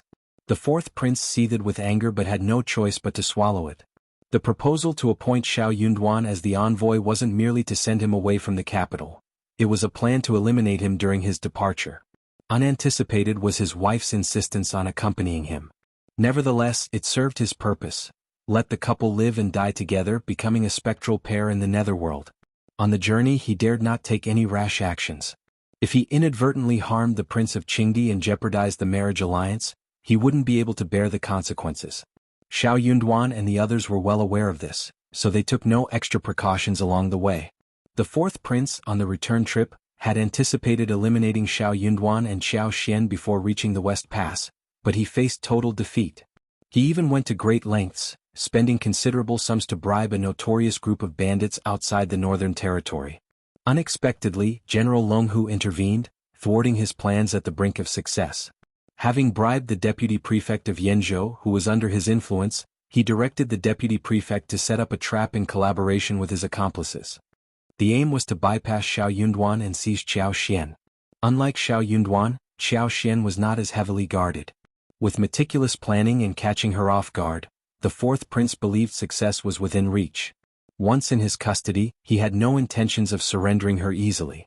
He planned to keep her under house arrest in an undisclosed location. However, he would instruct her to write periodic letters to Shao Yunduan, demonstrating her continued existence, with the crown prince being kept informed. All of these machinations would be conducted in utmost secrecy, leaving no visible traces of evidence. His goal was to test whether the crown prince would still place trust in Shao Yunduan and elevate him to a significant position once Xiao Xian was in the fourth prince's grasp. Unlikely. This to him was the essence of revenge. If you find any errors, ads pop up, ads redirect, broken links, non-standard content, etc., please let us know reports so we can fix it as soon as possible. Chapter 1554. Forced away. He wanted to witness Lord Shao's choice, the man who had always professed deep love for his first wife. To his surprise, the person had already been successfully captured. Before the news could reach the capital, she was silently rescued. Furthermore, the 6 people he dispatched to oversee her all met unnatural deaths, leaving no traces of their corpses, only torn clothes, bones and hair, possibly consumed by wild beasts. This revelation left the fourth prince shocked, angry, and bewildered. Could the other party be an immortal, capable of foresight? How else could they swiftly locate his men and save Xiao Xian? It seemed impossible, but the undeniable truth shattered his disbelief. Realizing he had almost no chance for another attack and with their vigilant stance increasing, the group was just days away from reaching the capital. Unexpectedly, Shao Yunduan sought revenge on his behalf. He ruthlessly dealt with the deputy prefect of Yanzhou, rendering him beyond salvation, a discarded pawn. Shao Yunduan, supposedly assassinated, must have staged the event. The fourth prince failed to react in time, forced to witness his rival's success. Now he had to strategize for the aftermath. He knew this incident would undoubtedly enrage the crown prince. How could he divert the crown prince's attention and dissuade further investigation? He had his work cut out for him. In early October, Xiao Xian and Shao Yunduan finally returned to the capital. When they left, it was chilly in spring. Upon their return, the croplands were bare, having already endured the autumn harvest. Songshe and Qingyan welcomed them joyfully. Coincidentally, Zhao Shu was also in the capital, joining in the warm reception with Songshe and Qingyan. When Shao Yunduan laid eyes on Zhao Shu, memories of the incident involving him and Tao Tao flooded his mind. However, with more pressing matters at hand, he decided to set aside that issue for the time being. Zhao Shu, adept at interpreting body language, sensed Shao Yunduan's lack of hostility and breathed a sigh of relief. Emboldened, he shamelessly roamed around the Shao residence, treating it as if it were his own. Qiao Wei was swiftly picked up by County Magistrate Qiao upon her return to the capital. The next morning, she departed for County Magistrate Qiao's office without even stopping at the Qiao family residence. During her journey, Shao Yunduan sent a letter to County Magistrate Qiao, employing both persuasive and firm language. However, the outcome was far from favorable. Fearing the consequences, County Magistrate Qiao contemplated dispatching someone to the capital to retrieve Qiao Wei. Upon learning that the noble lady had invited Qiao Wei to stay, and sensing potential trouble brewing, County Magistrate Qiao regretted his decision. If he had known, he would have never allowed her to stay. Upon receiving the report, Shao Yunduan seized the opportunity to meet Old Master Qiao in secret. Without mincing words, he urged the elderly man to leave the capital with the entire Qiao family and return to their hometown. Old Master Qiao, irate and ready to argue, sneered in response. Shao Yunduan countered, "Feel free to try, but be prepared to forfeit your official position and your nephew's future. If you find any errors, ads pop up, ads redirect, broken links, non-standard content, etc. Please let us know reports so we can fix it as soon as possible." Chapter 1555. Forced? Do you believe the Qiao family has plunged into a state of decline? Allow me to elucidate what it truly means to be in such a predicament. The entire household subsists on porridge, struggling to procure enough clothing to adequately cover their bodies. Care to experience it for yourself?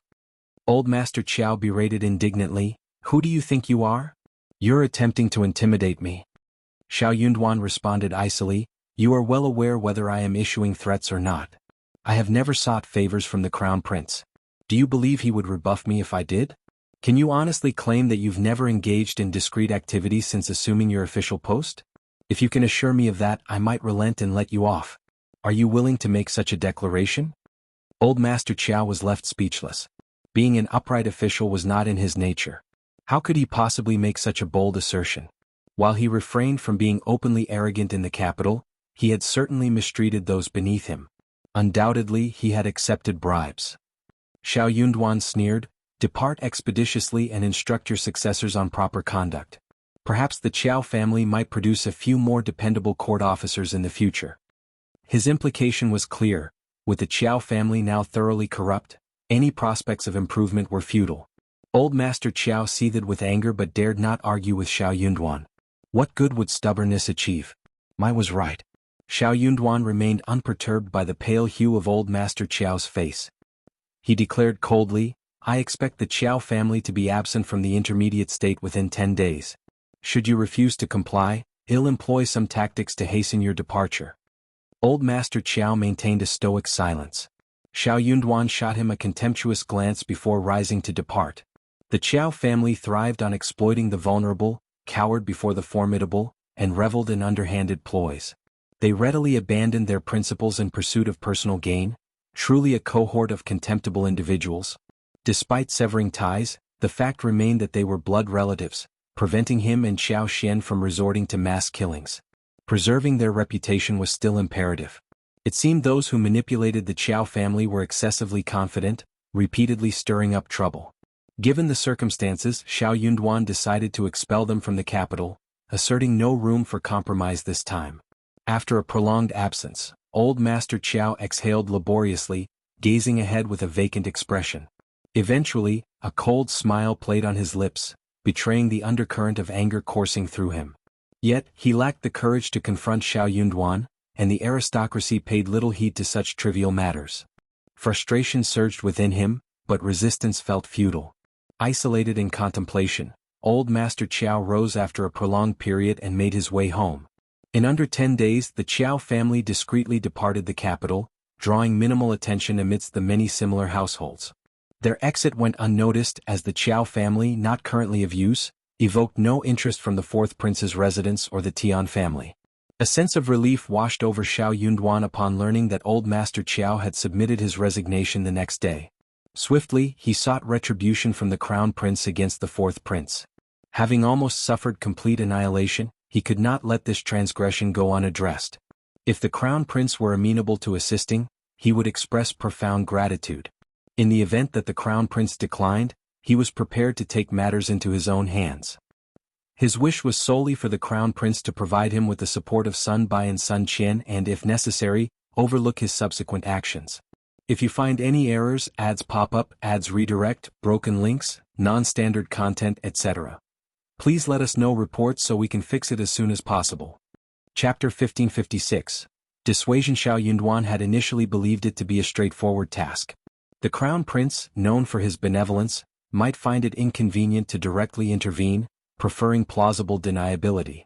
Shao Yunduan understood the necessity for discretion, yet hoped the crown prince would at least feign ignorance. Who could endure someone plotting harm against their spouse? However, Shao Yunduan didn't anticipate that his words would place the crown prince in an uncomfortable predicament. Upon Shao Yunduan's direct approach, the crown prince found himself both pleased and troubled. His satisfaction stemmed from the realization that Shao Yunduan treated him as a confidant, sharing whatever weighed on his mind. The difficulty lay in the nature of the matter at hand. It posed a genuine challenge for him. Only then did he comprehend that Madame Shao had indeed been kidnapped, her rescue a mere stroke of luck courtesy of young Master Xie. Yet, it coincided with the actions of his fourth brother. In response to Shao Yunduan's silence, the crown prince averted his gaze uncomfortably, avoiding eye contact. Shao Yunduan's disappointment was palpable. Without further words, he awaited the crown prince's decision. Cough cough. The crown prince, feeling increasingly uneasy, cleared his throat and looked away, evading direct confrontation. Shao Yunduan's heart sank and he held his peace, anticipating the crown prince's directive. Officer Shao, I have cautioned him. Rest assured, he won't dare to harm you in the future, or I won't spare him. Fortunately, Madame Shao returned unscathed this time. Let it go. Shao Yunduan. The crown prince sighed, his expression troubled. After all, he is my brother. Regardless, I must afford him another chance.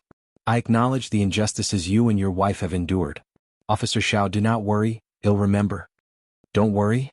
Shao Yunduan sneered inwardly, clenching his fists in disappointment.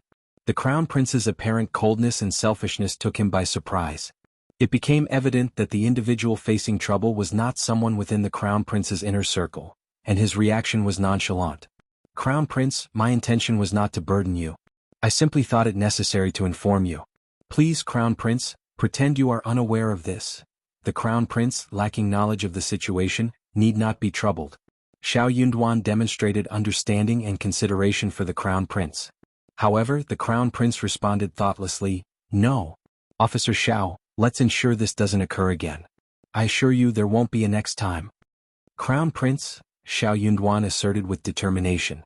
Bowing respectfully, he clasped his hands and spoke earnestly, Forgive me, Crown Prince, but I cannot accept this passively. If it weren't for the fortuitous encounter with young Master Xie, I shudder to think how terrified and injured my wife might be. The mere possibility is unbearable. Even if he couldn't confront the fourth prince directly, he would find ways to restrain him. This was within his power. The Crown Prince, visibly angered, exclaimed, Officer Shao, why are you so obstinate? With a sigh, he took a deep breath and continued, Fine, I'll be candid with you. A few days ago, my young grandson, Xian Yi, narrowly escaped an accident while riding a horse in the northern court. Fourth brother, disregarding personal danger, intervened and saved him, sustaining a broken leg in the process. I cannot overlook such an act of kindness. Officer Shao, I implore you this time.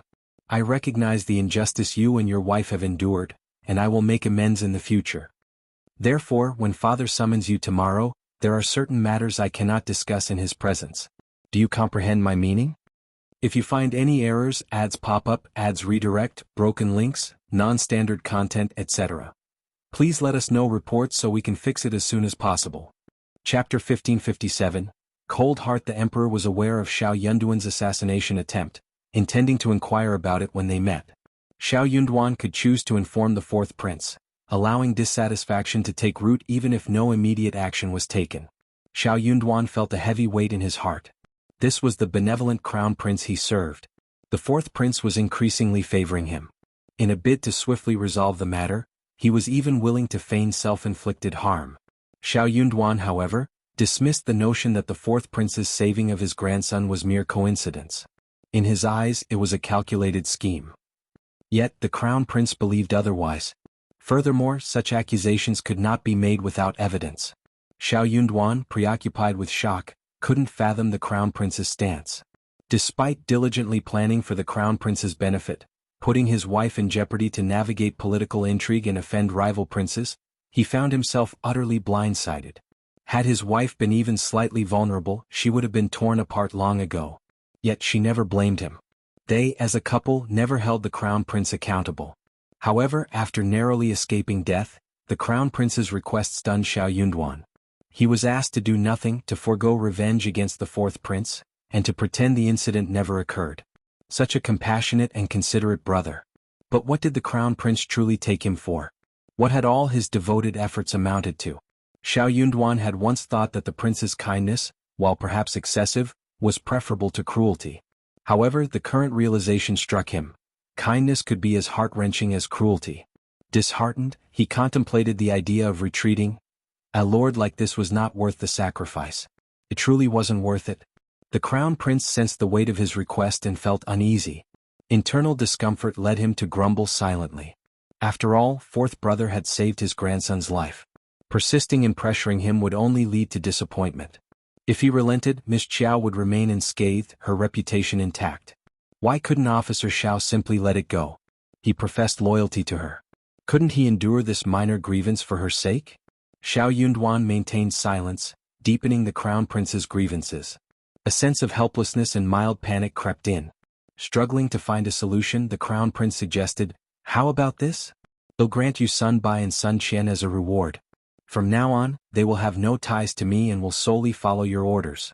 Their martial skills are commendable and they are trustworthy. With their protection I can rest assured." Stepping back, Shao Yunduan bowed to the crown prince. "Thank you, crown prince." The term thank you carried a layer of sarcasm. The crown prince felt a sense of relief as the awkwardness dissipated. He raised his hand, chuckled, and dismissed formalities. "No need for ceremony. Officer Shao, there's no need to be overly polite with me. I've always regarded Officer Shao as one of us." He patted Shao Yunduan's shoulders, offering reassurance, and then instructed someone to summon Bai and Sun Qian. If you find any errors, ads pop up, ads redirect, broken links, non-standard content, etc., please let us know reports so we can fix it as soon as possible. Chapter 1558. Bai and Sun Qian. The crown prince addressed Bai and Sun Qian, prompting the two to exchange glances before shifting their gaze to Shao Yunduan. A shared sense of concealed delight passed between them. Having run numerous errands with Shao Yunduan and Xiao Xian, they found their compatibility undeniable. Willing to accompany Shao Yunduan for the long haul, they harbored no objections. In swift agreement, they bowed to bid farewell to their old master and formally acknowledged their new master in front of the crown prince. Henceforth, they embarked on a new chapter, transitioning from guards of the East Palace to servants of Lord Shao's family. Though the shift in status felt somewhat demeaning, it seemed, as the saying goes, that a person knows if the water is cold or warm only when they drink it. This change might not be entirely disadvantageous. Leaving the East Palace with the two of them, Shao Yunduan couldn't shake off a lingering gloom.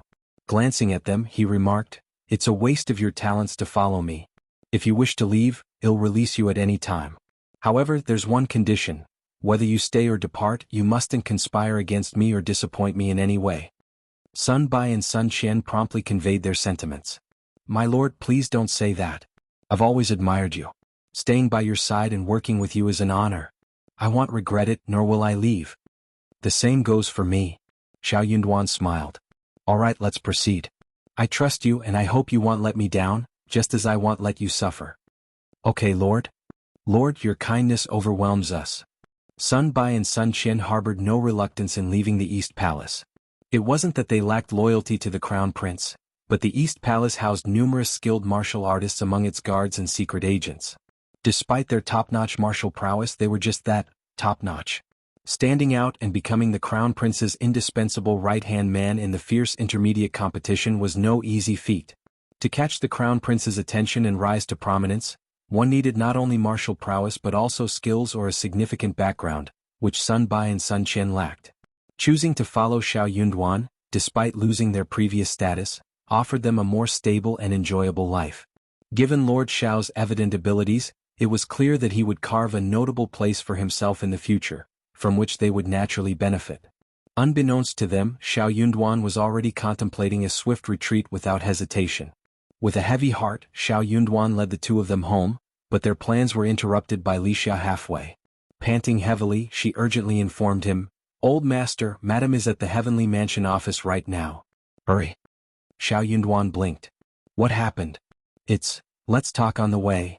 "Yes." Qiao Xian, preoccupied with thoughts of her strawberry garden and the expansive fields in Yunshui town, had recently returned to the capital. Upon hearing Song's report, she had gone to inspect her properties. The strawberry garden, now filled with ripe fruits, looked lush and pleasing. Although the berries were gradually withering, a market trip was imminent. Despite the increased strawberry yield in the capital, it remained a scarce commodity. Aside from Qiao Xian, only a few stores offered them, and while the quantity was limited, prices continued to rise. If you find any errors, ads pop up, ads redirect, broken links, non-standard content, etc., please let us know reports so we can fix it as soon as possible. Chapter 1559. Gain. Over two-thirds of Qiao Xian's strawberry harvest found its way to Jinquan restaurant, while the remaining one-third was distributed among the other two tea houses.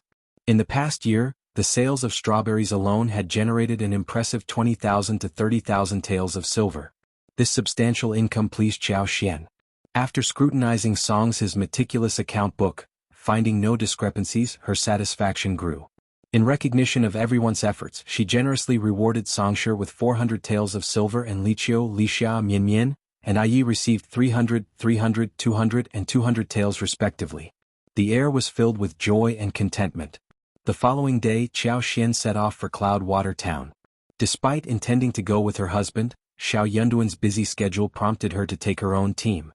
Setting off early, they enjoyed lunch at the manor and relished the freedom to explore. The manor, meticulously cleaned and adorned, awaited their arrival. With a variety of marinated beef, mutton, fish, prawns, chicken, streaky pork, tofu, mushrooms, potato slices, and more, a perfect barbecue awaited them. The gathering was a joyous affair, with a plethora of fruit trees on the farmstead offering ripe apples, pears, peaches, dates, walnuts, grapes, and more. They indulged in picking fresh fruits. Although watermelons, cantaloupes, and melons had already left the market, this year's produce proved exceptional. Large and sweet, the watermelons and cantaloupes were in high demand. Songshi, proud and overjoyed, devised a plan to store some in the cellar for the lord and madam to savor later.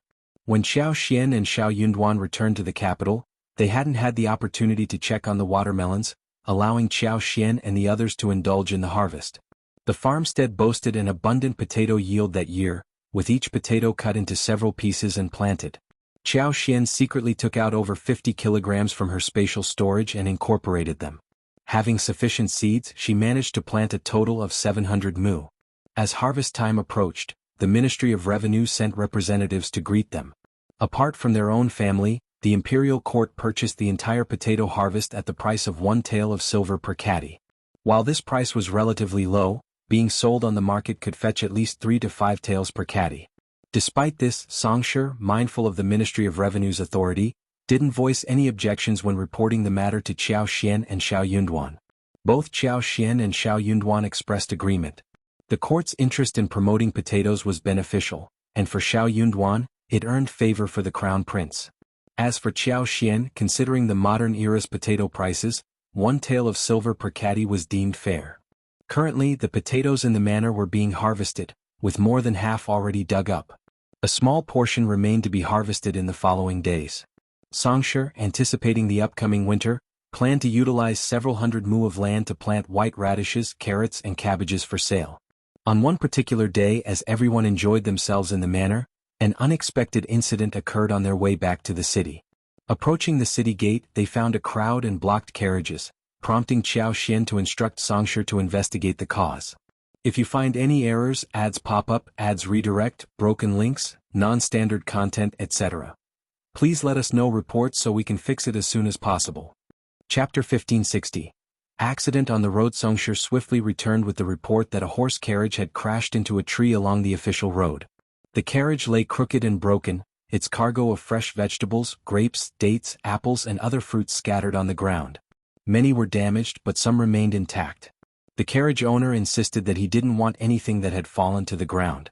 In the end, a few children from impoverished families attempted to salvage the vegetables and fruits. However, they faced humiliation and scolding from the carriage owner, drawing the attention of onlookers. As Songshi shared the details, a deep sigh escaped him, and he shook his head, seemingly unable to bear witnessing such incidents.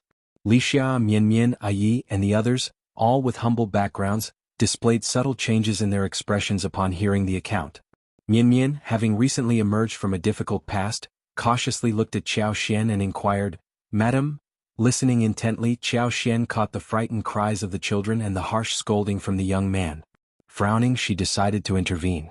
"Let's go take a look." "Okay, madam." "Yes, madam."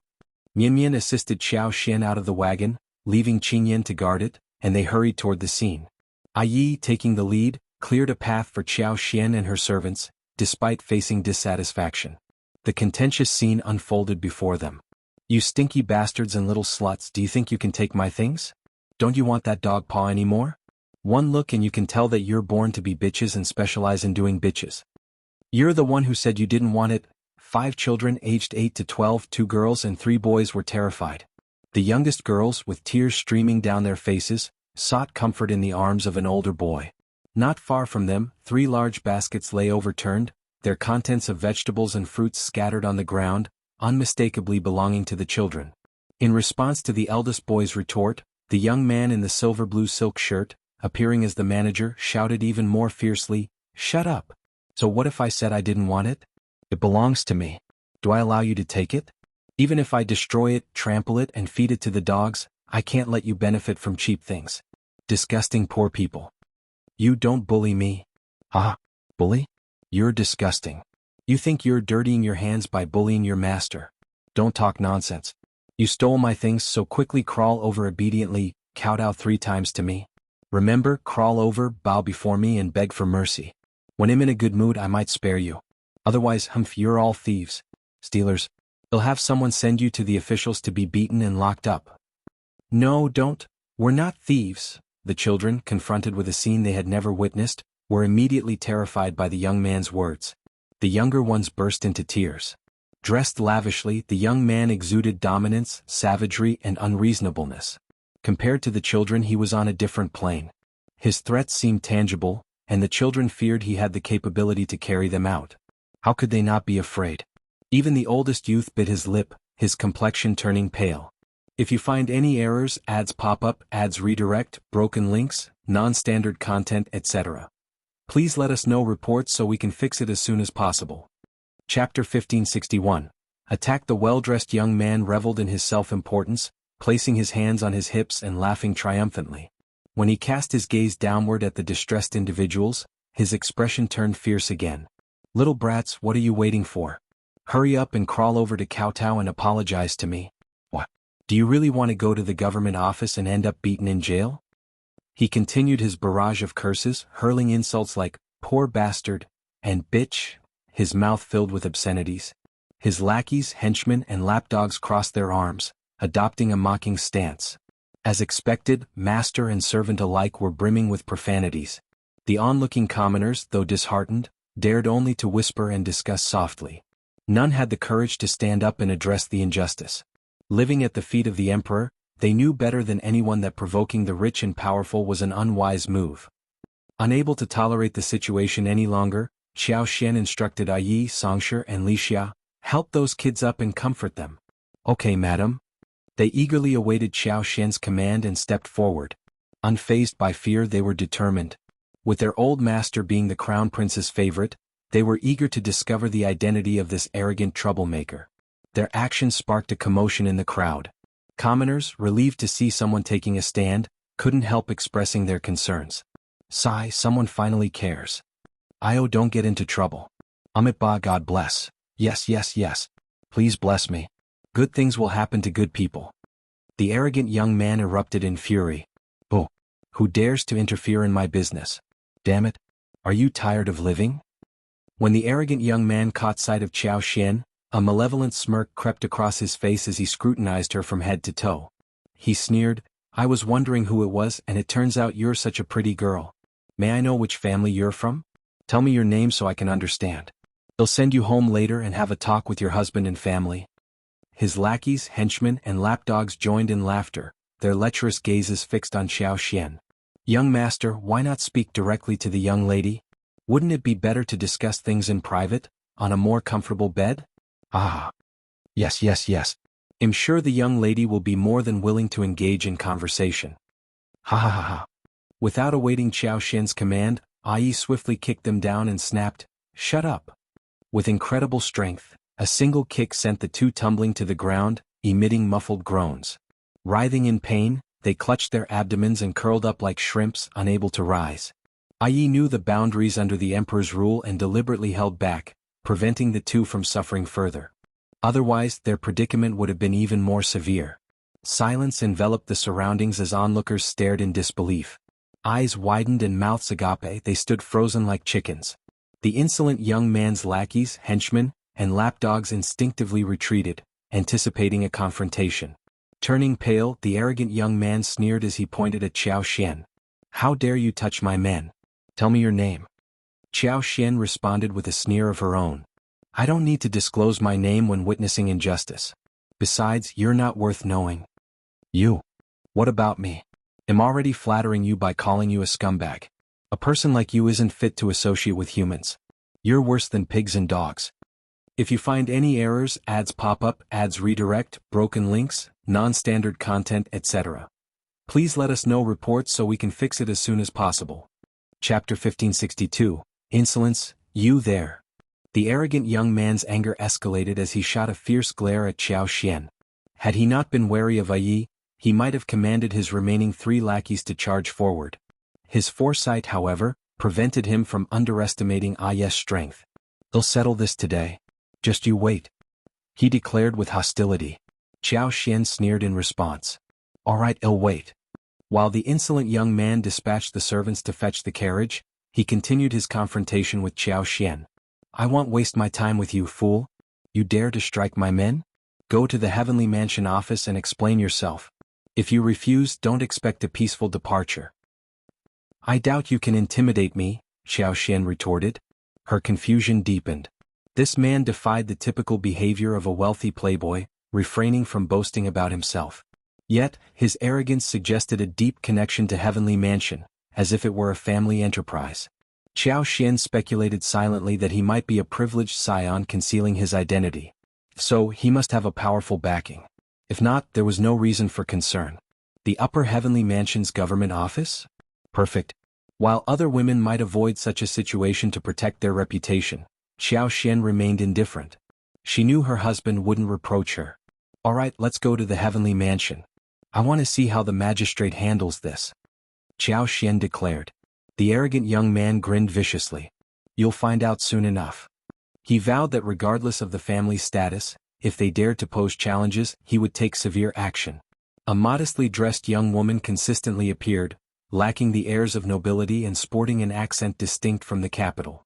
Accompanied by only a handful of humble servants, it seemed implausible that she hailed from a prominent family. Could she be a relative exploiting the situation from another city? Determined to impart a lesson, he envisioned her kneeling at his feet, crying, kowtowing, and repenting. Pointing at the children, he commanded his lackeys, henchmen, and lapdogs, "Bring them along. None of them are to leave." The recently comforted children, now terrified once again, couldn't help but glance at the oldest among them. Lixia gently caressed the head of a young lady, offering soothing words. "Don't be afraid. Just go. Our madam will protect you." Though still frightened, the children, guided by the eldest youth, stiffly nodded. "Well, stay with this madam." The group resolutely returned to the city. The arrogant young man, fearing their escape, dispatched his lackeys to report the incident to the Heavenly Mansion, accompanied by constables. Meanwhile, he closely tailed Xiao Xian's wagon to prevent any attempts to flee. Inside the wagon, Xiao Xian gathered the children and generously offered them fresh fruits. Seeing their longing but timid expressions, her heart softened. She smiled gently and reassured them, "Don't be afraid. Trust me, we'll be all right. Come eat quickly. If you find any errors, ads pop up, ads redirect, broken links, non-standard content, etc. Please let us know reports so we can fix it as soon as possible."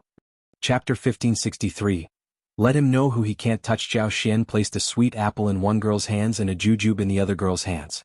The remaining children took the fruit and began to eat, finding solace in the delicious food. Gradually their commotion subsided. As the carriage entered the city, a contingent of more than 10 bailiffs from the heavenly mansion arrived. The arrogant young man, filled with self-satisfaction, glared at Zhao Xian's carriage and directed the bailiffs to closely monitor her, ensuring she wouldn't escape. Despite his inclination to make a dramatic scene, his uncle's warnings about maintaining a low profile in the capital restrained him. However, obtaining tangible benefits remained his priority. He wouldn't allow Zhao Xian to feel at ease.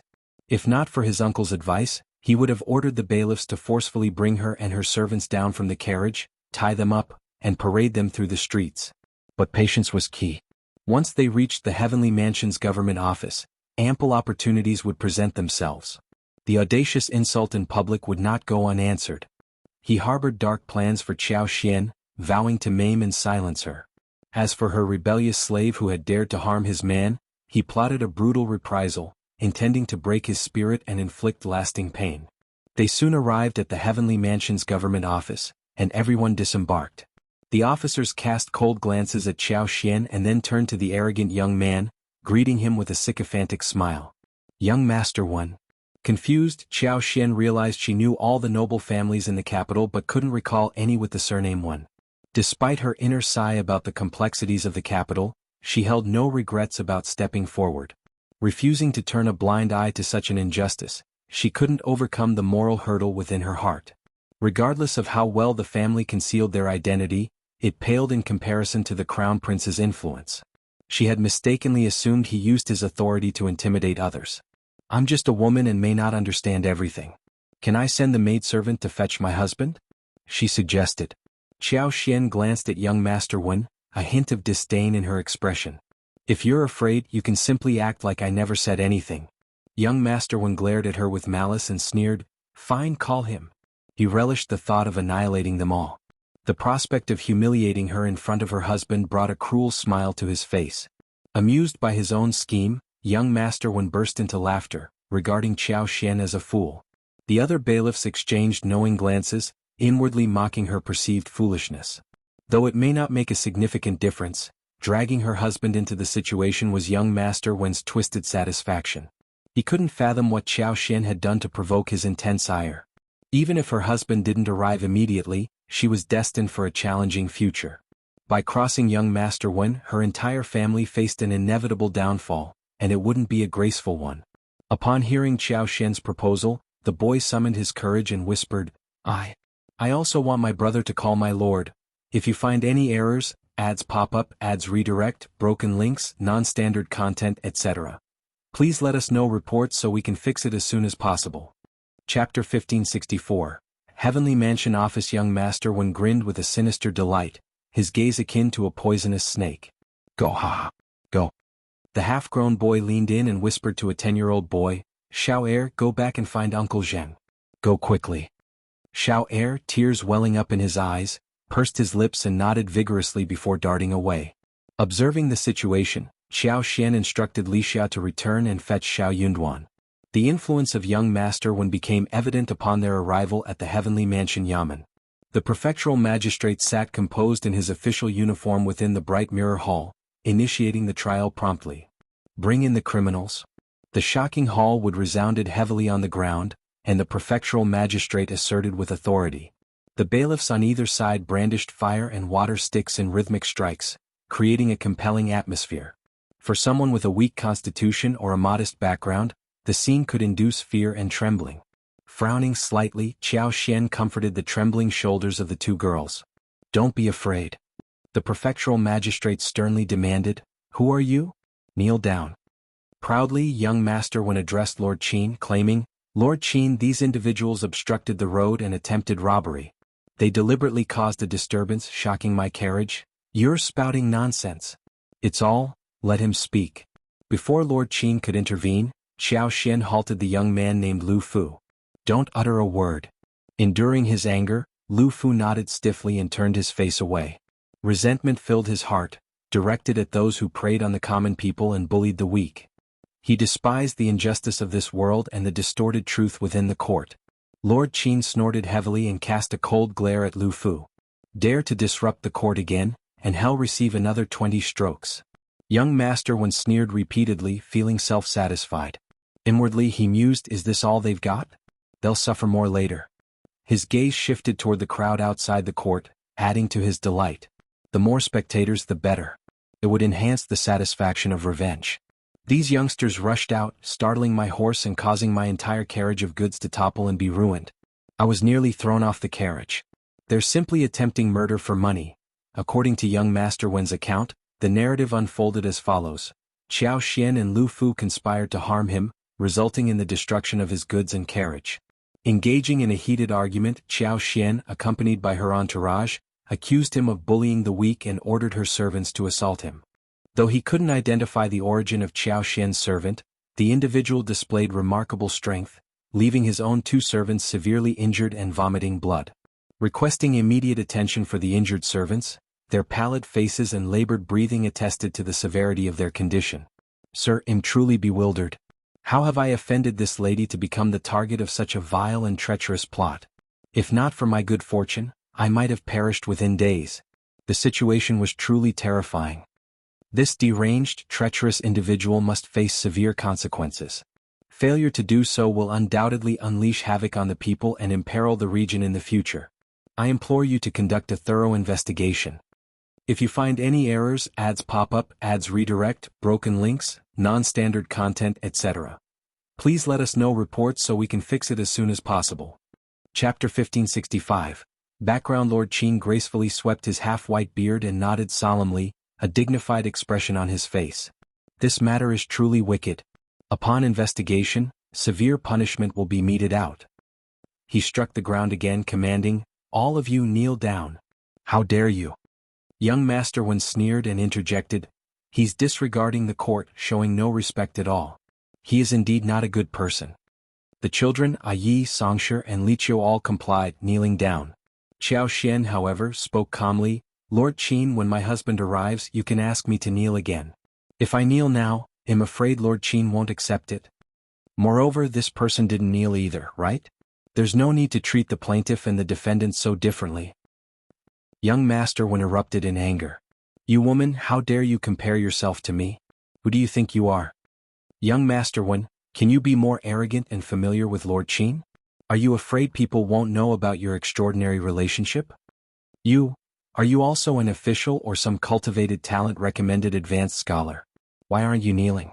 If you want kneel, don't demand it of me. Who's disrespecting the court? The surrounding commoners began to murmur and discuss softly. Lord Qin frowned, casting a glance at young Master Wen. Young Master Wen glared at Xiao Xian. He refused to kneel down, asserting his identity as Master Wen. However, he couldn't reveal his true status and dared not suppress Xiao Xian publicly. Therefore, if he didn't kneel, he wouldn't force Xiao Xian to kneel either. In front of so many people, he had to maintain a semblance of politeness. Young Master Wen sneered, you're not qualified to inquire about my identity. Who do you think you are? I'm magnanimous and won't engage in a dispute with a mere woman. Sir, please continue with your trial. Though Lord Qin appeared slightly displeased, he refrained from arguing with young Master Wen. Instead, he directed his attention to Xiao Xian. Is what young Master Wen said true? Tell me the truth. I advise you not to lie and admit it promptly to avoid unnecessary suffering. Otherwise you will face punishment. While an ordinary woman might have been overwhelmed with fear, Xiao Xian found the situation rather amusing. She hadn't anticipated that the Heavenly Mansion's magistrate would act like a puppet in front of young Master Wen. Despite his official position, he willingly played the role of a subordinate in young Master Wen's presence. The mystery surrounding young Master Wen deepened, arousing Xiao Xian's curiosity. Lord, I believe the plaintiff has concluded their statement. Is it now the defendant's turn to speak? Young Master Wen continued to glare at Xiao Xian with hatred, expecting her to panic and admit guilt under Lord Qin's pressure.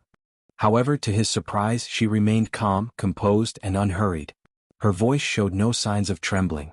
This unexpected composure irked young Master Wen, who was hoping to witness Xiao Xian's distress and confession. His delight and anticipation transformed into anger, making it unbearable for someone who derived pleasure from others' suffering. Have I not made myself clear enough? I don't need your nonsense. If you find any errors, ads pop up, ads redirect, broken links, non-standard content, etc., please let us know reports so we can fix it as soon as possible. Chapter 1566. He's about to explode. Young Master Wen grumbled in a rough voice. Xiao Xian, as if startled by him, patted her chest and took 2 steps back. Young Master Wen, you are so scary. Greetings, Lord Qin. Xiao Xian declared loudly. Is the defendant not allowed to speak in court? Must we solely rely on the plaintiff's words? Is this the rule of the country? Young Master Wen's eyes became even more venomous and his breathing grew heavier. He was on the verge of exploding with anger and regret. Had he known that dealing with Xiao Xian would be this challenging and bold, he wouldn't have rushed into investigating the case. Instead, he should have let Lord Qin send her to jail first to teach her a lesson before bringing her to court. He wanted to see if she would still dare to be stubborn. His desire to vent his anger had backfired. Meanwhile, Lord Qin hadn't anticipated Xiao Xian's resilience. She posed a tricky question, and with a multitude of spectators outside the court, he didn't dare to make any rash decisions.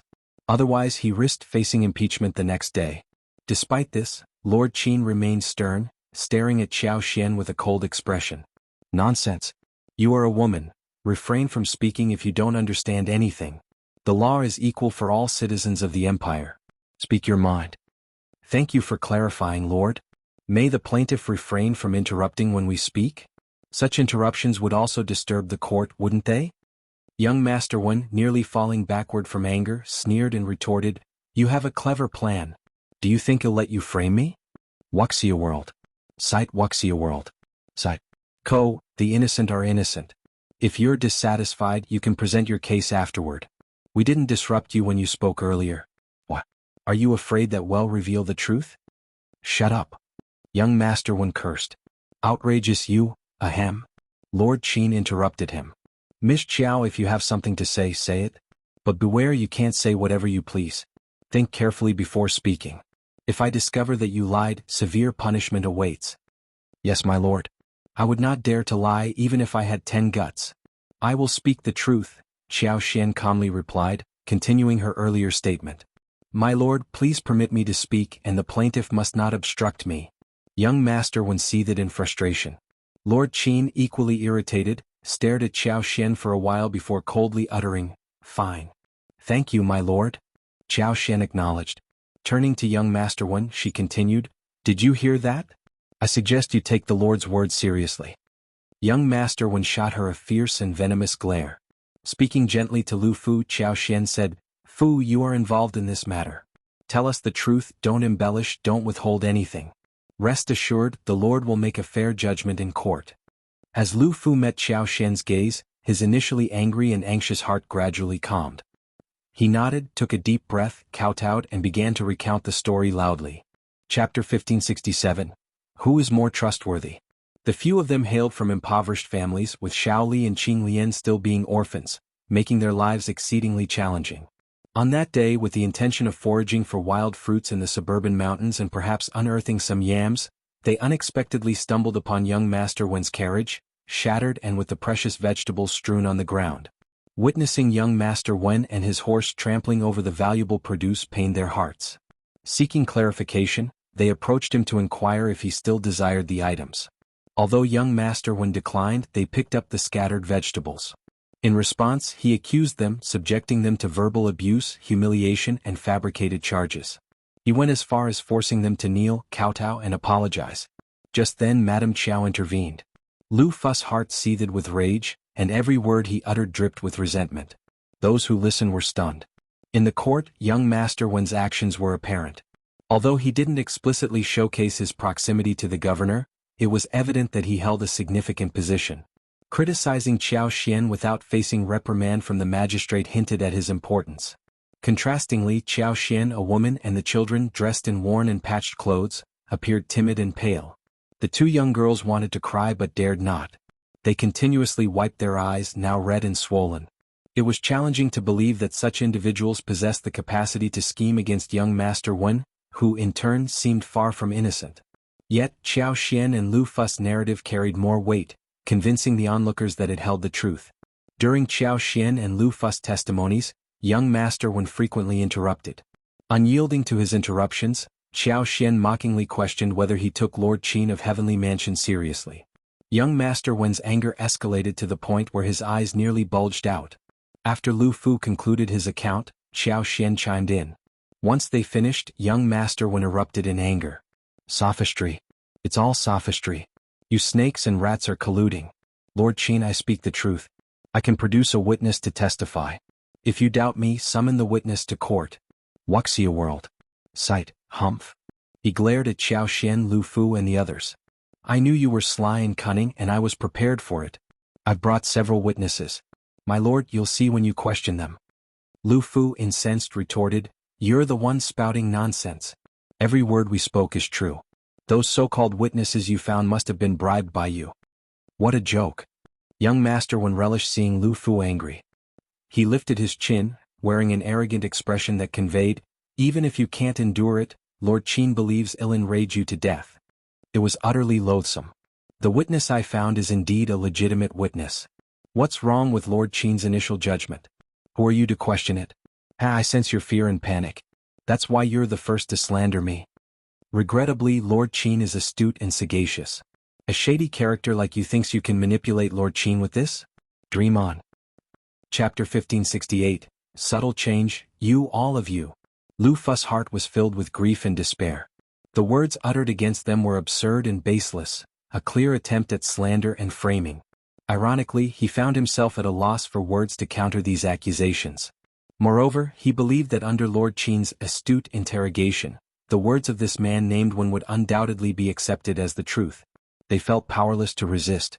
Tears gradually welled up in his eyes. Your officials? Xiaofu. Xiao Xian interrupted him before he could utter more words.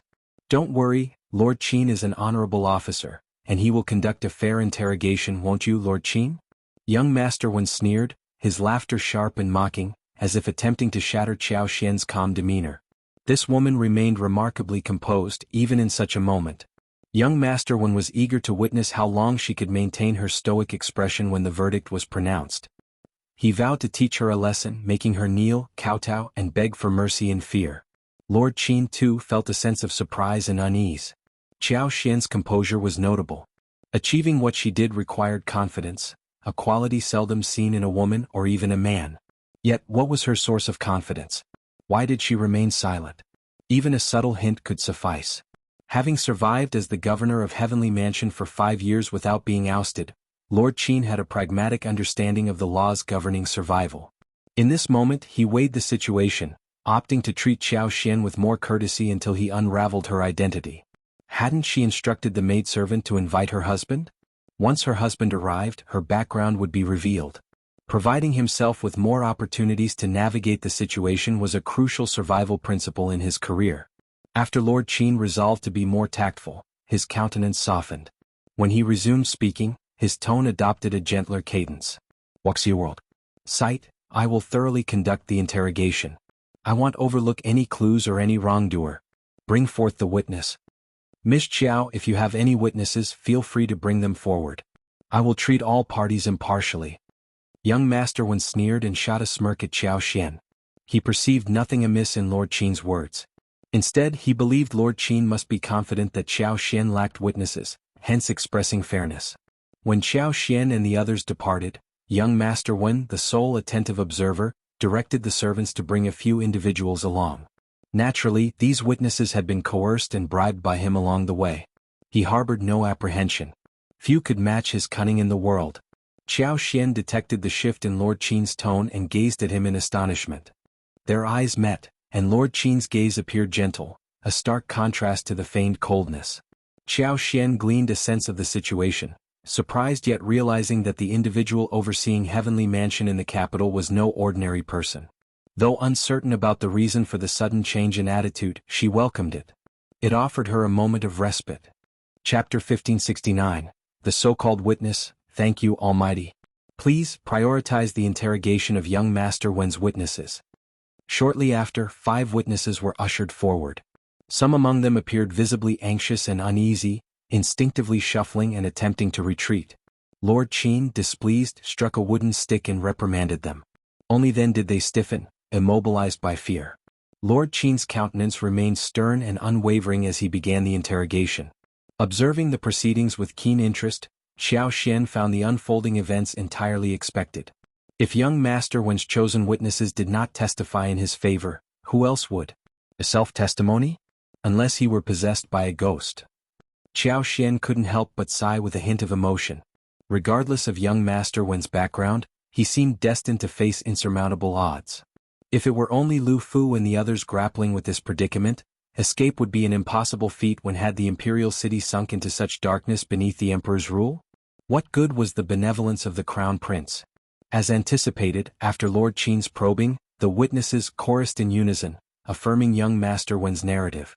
According to them, Xiao Xian, Lu Fu, and the others had nearly slain young Master Wen, causing his horse to bolt in fright. Only by colliding with a tree did the horse come to a stop, averting potentially catastrophic consequences. Casting a fierce glare at Xiao Xian, young Master Wen exuded resentment. Lord Qin directed his gaze at Xiao Xian. "Miss Xiao, do you have any additional statements?" Young Master Wen sneered. "Ha." Xiao Xian responded calmly, "Lord Qin, should we formalize the testimony of these witnesses?" Young Master Wen interjected with a smirk, "Do I need you to suggest that? This is a guaranteed victory, a foregone conclusion." Xiao Xian pondered inwardly, "I fear that relying on you is far from a guaranteed success. How reliable is a sure bet, a shoe-in to ensure your commitment?" Lord Qin too found himself perplexed. However, the uncertainty only fueled his resolve to proceed cautiously until all matters were resolved. The abnormal reactions raised suspicions. Xiao Xian's lack of a typical response, distinct from that of Lu Fu and others, especially her servants mirroring her, heightened Lord Qin's wariness. "Certainly you should sign it. If your every word is true, then sign away."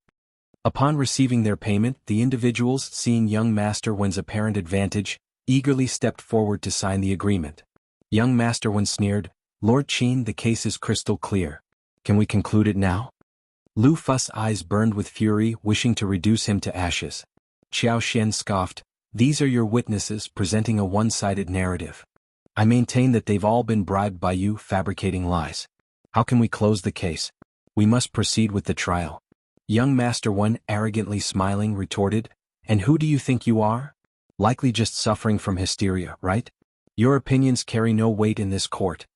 Xiao Xian shot back, "This isn't a domain where one person's words hold sway. You. Lord Miss Qiao's husband is here, seeking permission to enter the court." At that moment, a bailiff entered to deliver the news. Having awaited this moment, young Master Wen's eyes lit up, impatience evident. "Bring him in already. I thought he'd turn into a chicken." "Ha." Lord Qin, unruffled, nodded at the bailiff. "Bring him in." "Very well, Lord. If you find any errors, ads pop up, ads redirect, broken links, non-standard content, etc. please let us know reports so we can fix it as soon as possible." Chapter 1570. Shao Yunduan arrived. Shao Yunduan entered the court composedly, clad in a serene green robe that accentuated his resemblance to a finely crafted bamboo. His narrow shoulders and waist, coupled with an undeniable presence, drew attention. Lisha trailed behind him. "Husband." Xiao Xian's eyes lit up and she approached with a smile. Shao Yunduan responded, gently shaking her hand and inquiring about her well-being. Xiao Xian smiled, shaking her head. "I am fine." Lord Qin, in a state of shock, almost stood up involuntarily. "This, Lord Shao? How could it be Lord Shao? Indeed, Miss Qiao." Lord Shao's wife was none other than Miss Qiao. In the capital, who was unaware of Lord Shao's notable achievements. She was the one who revived the dying peony left by the Empress for the Emperor. The strawberries and potatoes were all linked to her efforts. In the competition for a husband, the eldest daughter of the Tian family fell short against her, and the fourth princess consort sought to publicly reward her, only to be met with a firm rebuttal. No wonder, how could someone with such accomplishments display fear in the Heavenly Mansion government office? He should have realized, after all, how many women possessed such boldness. Lord Qin's emotions churned, and he couldn't help but cast a pitying glance at young Master Wen. This unfortunate soul. He might be smirking now, but tears might replace that smile later, wouldn't they? After all, these two individuals showed no fear even in the face of young Master Wen's master. Young Master Wen's eyes lit up upon seeing Shao Yunduan, followed by a subconscious pang of shame. Jealousy and hatred surged within him, intensifying his anger. This contemptible woman, how could she be wed to such an exceptional husband? Yet what did it matter if he was outstanding? Soon he would be reduced to nothing, trampled beneath young Master Wen's feet. Young Master Wen sneered maliciously, poised to speak. Shao Yunduan greeted Lord Qin with a nod. Lord Qin, it's been a while. Indeed, it's been quite a while, long time no see. Lord Shao. Lord Qin appeared a bit flustered. Casting a pointed glance at young Master Wen, he introduced himself with a smile. Young Master Wen, perhaps we haven't met. Allow me to enlighten you. I am Shao Yunduan, the top scorer of the last spring quarter exam and currently serving as a minister in the Ministry of Revenue. I've just escorted Princess Shuangfu back to the capital as a marriage envoy. And you are? Young Master Wen stood there with wide-open eyes, staring blankly at Shao Yunduan. The crowd erupted. What? This is the top scorer. The top scorer is so handsome. No wonder the eldest daughter of the Tian family can't forget him. Lord Shao is a true gentleman, and Madame Shao is no different. She's composed and dignified, and her words in court earlier carried weight. I believe her. I also trust that Madame Shao wouldn't lie. She's so compassionate. These poor children deserve our sympathy. Shao Yunduan spoke up. I've been here for a while, and since Lord Qin is conducting an investigation, I'm not here to interrupt. I've heard about the situation. Young Master Wen, are you speaking the truth? And these witnesses, Shao Yunduan glanced at them and sneered, are they telling the truth? Young Master Wen's legs quivered, and he stumbled to the ground unsteadily. His face turned pale and he trembled uncontrollably. He certainly wanted to defend himself, but would it prove effective? If you find any errors, ads pop up, ads redirect, broken links, non-standard content, etc. Please let us know reports so we can fix it as soon as possible. Chapter 1571. No wonder he faced Shao Yunduan, a figure so favored by the crown prince that even his own master dared not offend him. If Lord Qin were to lend his support, turning the case into a guaranteed victory, all issues would be resolved. It seemed like a foolproof plan. But could Shao Yunduan permit such a turn of events? The testimony from these witnesses alone would likely not withstand detailed scrutiny. Delving into specifics could expose significant flaws, not to mention the potential unraveling of other aspects of the case. No wonder Miss Qiao displayed such arrogance. It all made sense now. Young Master Wen was filled with regret, wishing fervently to turn back time before sealing his fate. Lord, a man claiming to be young Master Wen's uncle is present. He says. Upon hearing this, young Master Wen clung to the announcement like a drowning person grasping at a straw. Overjoyed, he couldn't contain himself, urging, Really? That's fantastic. Hurry, bring my uncle in. Lord Qin's mouth twitched at the corners as he suppressed the rising disgust. He nodded at the reporting bailiff. Please bring him in. Understood. A middle-aged man in his 40s, dressed in a dark green round robe adorned with intricate patterns, entered. Qiao Xian suddenly grasped the situation and turned to Shao Yunduan. In a hushed tone, Shao Yunduan explained, he is the general manager of the fourth prince's mansion. Qiao Xian nodded, smiling inwardly. No wonder young Master Wen dared to be so audacious and domineering. It became clear why no noble in the capital bore the surname Wen with the qualifications to wield such authority. He was the nephew of the head chief of the fourth prince's residence. No wonder. The prime minister's officer held the esteemed rank of a seventh-ranked official and served as the chief steward of the prince's residence, adding to his aura of reverence.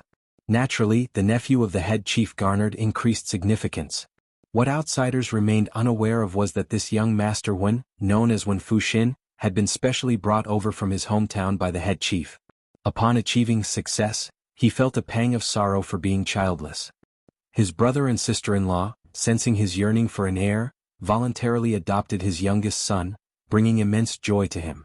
Hence, 3 years ago he eagerly brought Wen Fuxin from his hometown.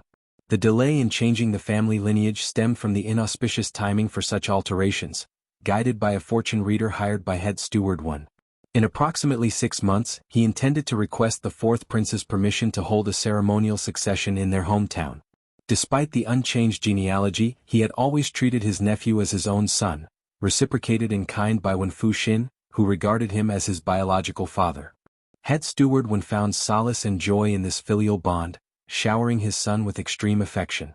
At the fourth prince's residence and even among the elite families in the capital, many sought favor with Wen Fuxin owing to their ties to head steward Wen. With such connections, how could Wen Fuxin not grow arrogant? When head steward Wen arrived at court, Wen Fuxin's flustered heart settled, revealing a distressed countenance. Uncle. You must ensure justice for me. Head Steward Wen glanced at him, his brow furrowing slightly. He softly rebuked, "Nonsense. What do you mean by seeking justice from me? This is a court, and justice is presided over by Lord Qin. Lord Qin has always been just. I believe he will uphold justice, won't you, Lord Qin?" Lord Qin felt a twinge of annoyance, though his years as Heavenly Mansion's governor had made him adept at concealing his emotions. He maintained a neutral expression, nodding with a smile. "Indeed. Absolutely. If you find any errors, ads pop up, ads redirect, broken links, non-standard content, etc. Please let us know reports so we can fix it as soon as possible." Chapter 1572. You Colluded. Lord Qin contemplated to himself, "I can't afford to offend either of you. I don't want to offend either of you. Since things have come to this, I'll do whatever you do. I won't care about anything else." Shao Yunduan, appearing surprised, declared loudly, "So young Master Wen is the nephew of the head steward Wen at the fourth prince's mansion. It's crucial that head steward Wen is here. We must clarify matters." Upon Shao Yunduan breaking the news about head steward Wen's title, the crowd erupted. "Ah, young Master Wen has such a powerful background. No wonder he seems so arrogant. The nephew of the head steward of the fourth prince's residence, hee." Head steward Wen offered a genial smile. "Hee, we should clarify things. Lord Shao, scholars like you possess knowledge and the ability to present a strong case. Lord Shao, uphold justice and remain rational." Shao Yunduan sneered. No way, no way. I also request that you refrain from bullying us, but I cannot afford to offend the fourth prince." Lord Shao certainly knows how to jest. Head steward Wen feigned a smile and turned to Lord Qin. "Lord Qin, this case is crystal clear. Please render a judgment." Shao Yunduan questioned, "What do you mean? I don't understand." Head steward Wen. Head steward Wen sneered. "My nephew is an honest lad. He would never lie. With all the witnesses, isn't it clear enough?" Qiao Xian interjected, "So, head steward Wen also believes it's a conspiracy, that Lu Fu and I had premeditated discussions and set up a trap to harm young Master Wen?" Head steward Wen offered a fake smile. "Isn't that the case?" "Of course not," Qiao Xian retorted with a sneer. "I don't know Lu Fu and the others, and today I just happened to be on my way to the Cloudwater Town farm. Coincidentally, I encountered them on my return to the city. Unable to tolerate your nephew's bullying, I had to intervene. What conspiracy is this?" Shao Yunduan asserted, "My wife is not acquainted with these individuals, that much is certain." Head steward Wen maintained his insincere smile. "That's what your family claims. Just saying you don't know them doesn't make it true. Of course you won't admit it." Lu Fu and the others erupted in anger, exclaiming, "Ridiculous! We have no connection to Madame Shao." Upon seeing his uncle supporting him, young Master Wen immediately straightened his posture. "You're just making excuses. This is all a fabrication. You are the ones who harmed me." Head steward Wen affirmed, "Exactly. We have witnesses. How can their testimony be disregarded?" Shao Yunduan responded sardonically, "Your witness is truly remarkable, even more adept than the lord overseeing the case. They somehow know that my wife and a few individuals conspired to harm your nephew." Both head steward Wen and young Master Wen insisted they would shamelessly persist to the end. Head steward Wen had made up his mind. No one would dare testify, fearing reprisals from the fourth prince's mansion. Even if Lord Qin conducted an investigation, no one would speak up. So what if they did? Head steward Wen could easily claim that Shao Yunduan had bribed them. As for the witnesses bribed by his nephew, he held no illusions about their testimony being useful. If Shao Yunduan and Miss Qiao doubted these witnesses, it was perfect. That would provide a reason to detain them in court for further questioning. When he pleaded with the fourth prince upon returning, the fourth prince would relish seeing Shao Yunduan suffer. If you find any errors, ads pop up, ads redirect, broken links, non-standard content, etc. Please let us know reports so we can fix it as soon as possible. Chapter 1573. What do you mean? This is it. As long as His Highness dispatched someone, it wouldn't be challenging for these witnesses to meet a sudden demise. Head steward Wen contemplated shifting blame onto Shao Yunduan, claiming he was the one responsible for their deaths. He eagerly awaited to witness how Lord Shao, who had always been fortunate, would handle such a predicament. Qiao Xian and Shao Yunduan shared a similar sentiment. Although Qiao Xian couldn't quite grasp Shao Yunduan's implications, their mutual understanding allowed her to align with her husband's thought process. Consequently, Qiao Xian vehemently denied any knowledge of Lu Fu and the others, asserting the absurdity of the accusations against her. Lu Fu and the other children, frustrated and angered, turned red-faced, crying as they helplessly refuted the claims. Regardless of their protests, when Fu Xin persisted in insisting that they were acquainted with Qiao Xian and conspired against him. She even insinuated Qiao Xian's jealousy, suggesting she resented the fourth princess consort for receiving assistance. However, lacking the significance and courage to retaliate directly, she orchestrated a scheme to harm herself, thereby implicating the fourth prince's mansion. Lu Fu and the others were on the verge of collapsing from sheer anger. Qiao Xian, astounded by the audacity, almost applauded. This was the epitome of a wild imagination. Young master when truly exhibited a talent in this department. Head steward when stood with pride. Though outwardly calm, he exuded internal satisfaction. How formidable could Shao Yunduan be? His lord had fallen victim to the trap he set. Not to mention the potatoes he supplied to the crown prince. Unforeseen was the close scrutiny from both the Ministry of Revenue and the palace. It resulted in a bountiful harvest, bringing immense joy to the Ministry of Revenue and the Emperor. Despite the significant reward bestowed upon the crown prince, His Highness remained in a state of deep depression. If he emerged victorious over Shao Yunduan this time, His Highness would surely hold him in high esteem. Unexpectedly, just as the confrontation reached a stalemate, Lu Fu's parents arrived. 3 men, their faces weathered and expressions stern, approached the court. The youngest sported a beard and a ponytail, appearing to be around 35 or 36 years old, while the other 2 were in their 40s. One had a blind eye and the other walked with a limp in his right leg. Lu Fu and the others brightened up, exclaiming, "Uncle Zheng, Uncle Wu, Uncle Lu." Head Steward Wen and his nephew observed with disdain. It dawned on them that the families of these unfortunate boys were impoverished and dealing with physical disabilities. The audacity of such individuals to present themselves at this time amused Head Steward Wen and his nephew, who didn't bother concealing their scorn. As soon as the 3 men entered, Lu Fu and the others rushed towards them. The 3 men showered the children with affection, gently stroking and comforting them, all the while emanating an air of anger. Their expressions remained frigid. The 35-year-old man took deliberate steps forward, straightening his back. His gaze swept across Lord Qin before settling on Head Steward Wen. His eyes, dark and unfathomable, exuded a chilling coldness. Under this penetrating stare, Head Steward Wen involuntarily shivered, sensing a bone-chilling chill creeping up from the soles of his feet, when Fu Xin, unable to match his uncle's composure, visibly trembled. His expression changed and he stood rigidly on the sidelines, instinctively lightening his breath. Shao Fu and the others are unfamiliar with Lord Shao and Madame Shao. It's absurd to suggest they conspired to frame your nephew. If you find any errors, ads pop up, ads redirect, broken links, non-standard content, etc., please let us know reports so we can fix it as soon as possible. Chapter 1574. Identity. Head Steward Wen sneered. The unintended suppression by the presence of a few individuals with disabilities fueled his shame and anger, causing him to lose control. He bellowed, "You're all colluding. Naturally you'll say that. I won't lie."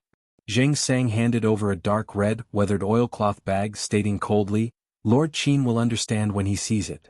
Head Steward Wen's forced smile grew more malicious. He retorted sharply, "What? Are you attempting to bribe right in front of me?" Shao Yunduan sneered, "What can you expect from a hog but a grunt?" "What did you say? To smear someone and hurl insults, what can you expect from a hog but a grunt?" "You," Lord Qin intervened, coughing. "Bring it up." Since they presented it personally, he had to inspect it himself. The oilskin bag was swiftly placed before Lord Qin. As he opened it, he casually picked up a folded piece of paper and glanced at it. His expression underwent a drastic change. He glanced at the others, his eyes widening, and his hands trembling involuntarily. His expression became indescribably complex, revealing inner turmoil. Head Steward Wen and his nephew were left stunned, perplexed by the unexpected turn of events. Observing Lord Qin's reaction, Head Steward Wen, usually confident, struggled to maintain composure. He exchanged glances with Shao Yunduan, who remained stoic. Head Steward Wen put on a fake smile and addressed Lord Qin. "Lord Qin, what is the matter? Has Lord Qin found something?" Lord Qin, torn by conflicting emotions, raised his eyebrows and replied, "Why don't we temporarily halt the proceedings and investigate further?" It was a common phrase used in governmental offices. It implied that the case was not suitable for public interrogation. Why not transfer it to the back hall and discuss it in detail, Zheng Sang barely hesitated. Instead, he seemed to sigh in relief and promptly expressed his agreement. Certainly, but it's at Lord Qin's discretion. Shao Yunduan glanced at Zheng Sang, paused briefly and stated, I have no objections either. None of them raised objections. That left only head steward Wen. However, he appeared somewhat hesitant. Before he could voice his thoughts when Fu Xin interjected, No. Why can't we conduct the interrogation openly? Is someone trying to manipulate things covertly? Dream on. If everyone agreed, he felt compelled to disagree. There had to be something fishy. When Fu Xin thought as much, and head steward Wen, initially harboring suspicions, found assurance in his nephew's proclamation. Exactly. Lord Qin, there's no harm in being forthright. Lord Qin regarded head steward Wen and his nephew with pity. It seemed they might not comprehend the consequences of their actions. Since they were resolute in their stance, why not fulfill their wish? Having already suggested the idea, and with their rejection, Lord Qin felt justified. Even if the fourth prince were dissatisfied, he couldn't be blamed.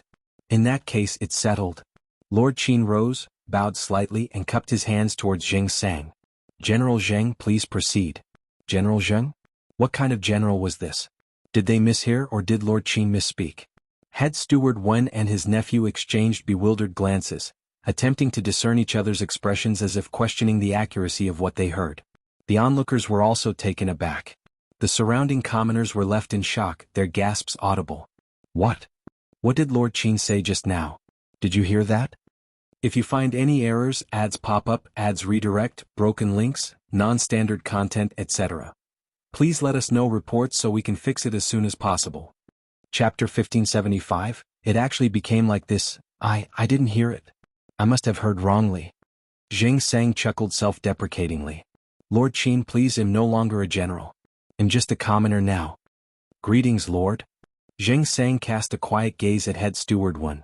His dispassionate tone struck the heart of head steward Wen like a heavy hammer. These children are all offspring of my former brothers. Their fathers were comrades in arms with me on the northern battlefield, sharing life and death together. They returned from the battlefield with injuries, illnesses, or disabilities. A decade has passed and many are no longer with us. Some of these children have lost their fathers and others have lost both parents. In our residence, there are no fewer than 20 to 30 children in similar circumstances. Over 10 disabled brothers like their fathers are still grappling with life. Including elderly, frail, women and children, there are over 70 in total. Our surviving brothers may be incapable, but we cannot let the families and children of our fallen comrades suffer. These children are remarkably resilient. If they possess strength, they labor as porters, engage in manual work, or become apprentices. If strength eludes them, they find alternative ways to contribute, such as doing odd jobs, washing clothes, or gathering wild vegetables and fruits outside the city. Shao Fu, Shao Air, and the others have ventured out of the city to forage for food multiple times, and today won't be the last.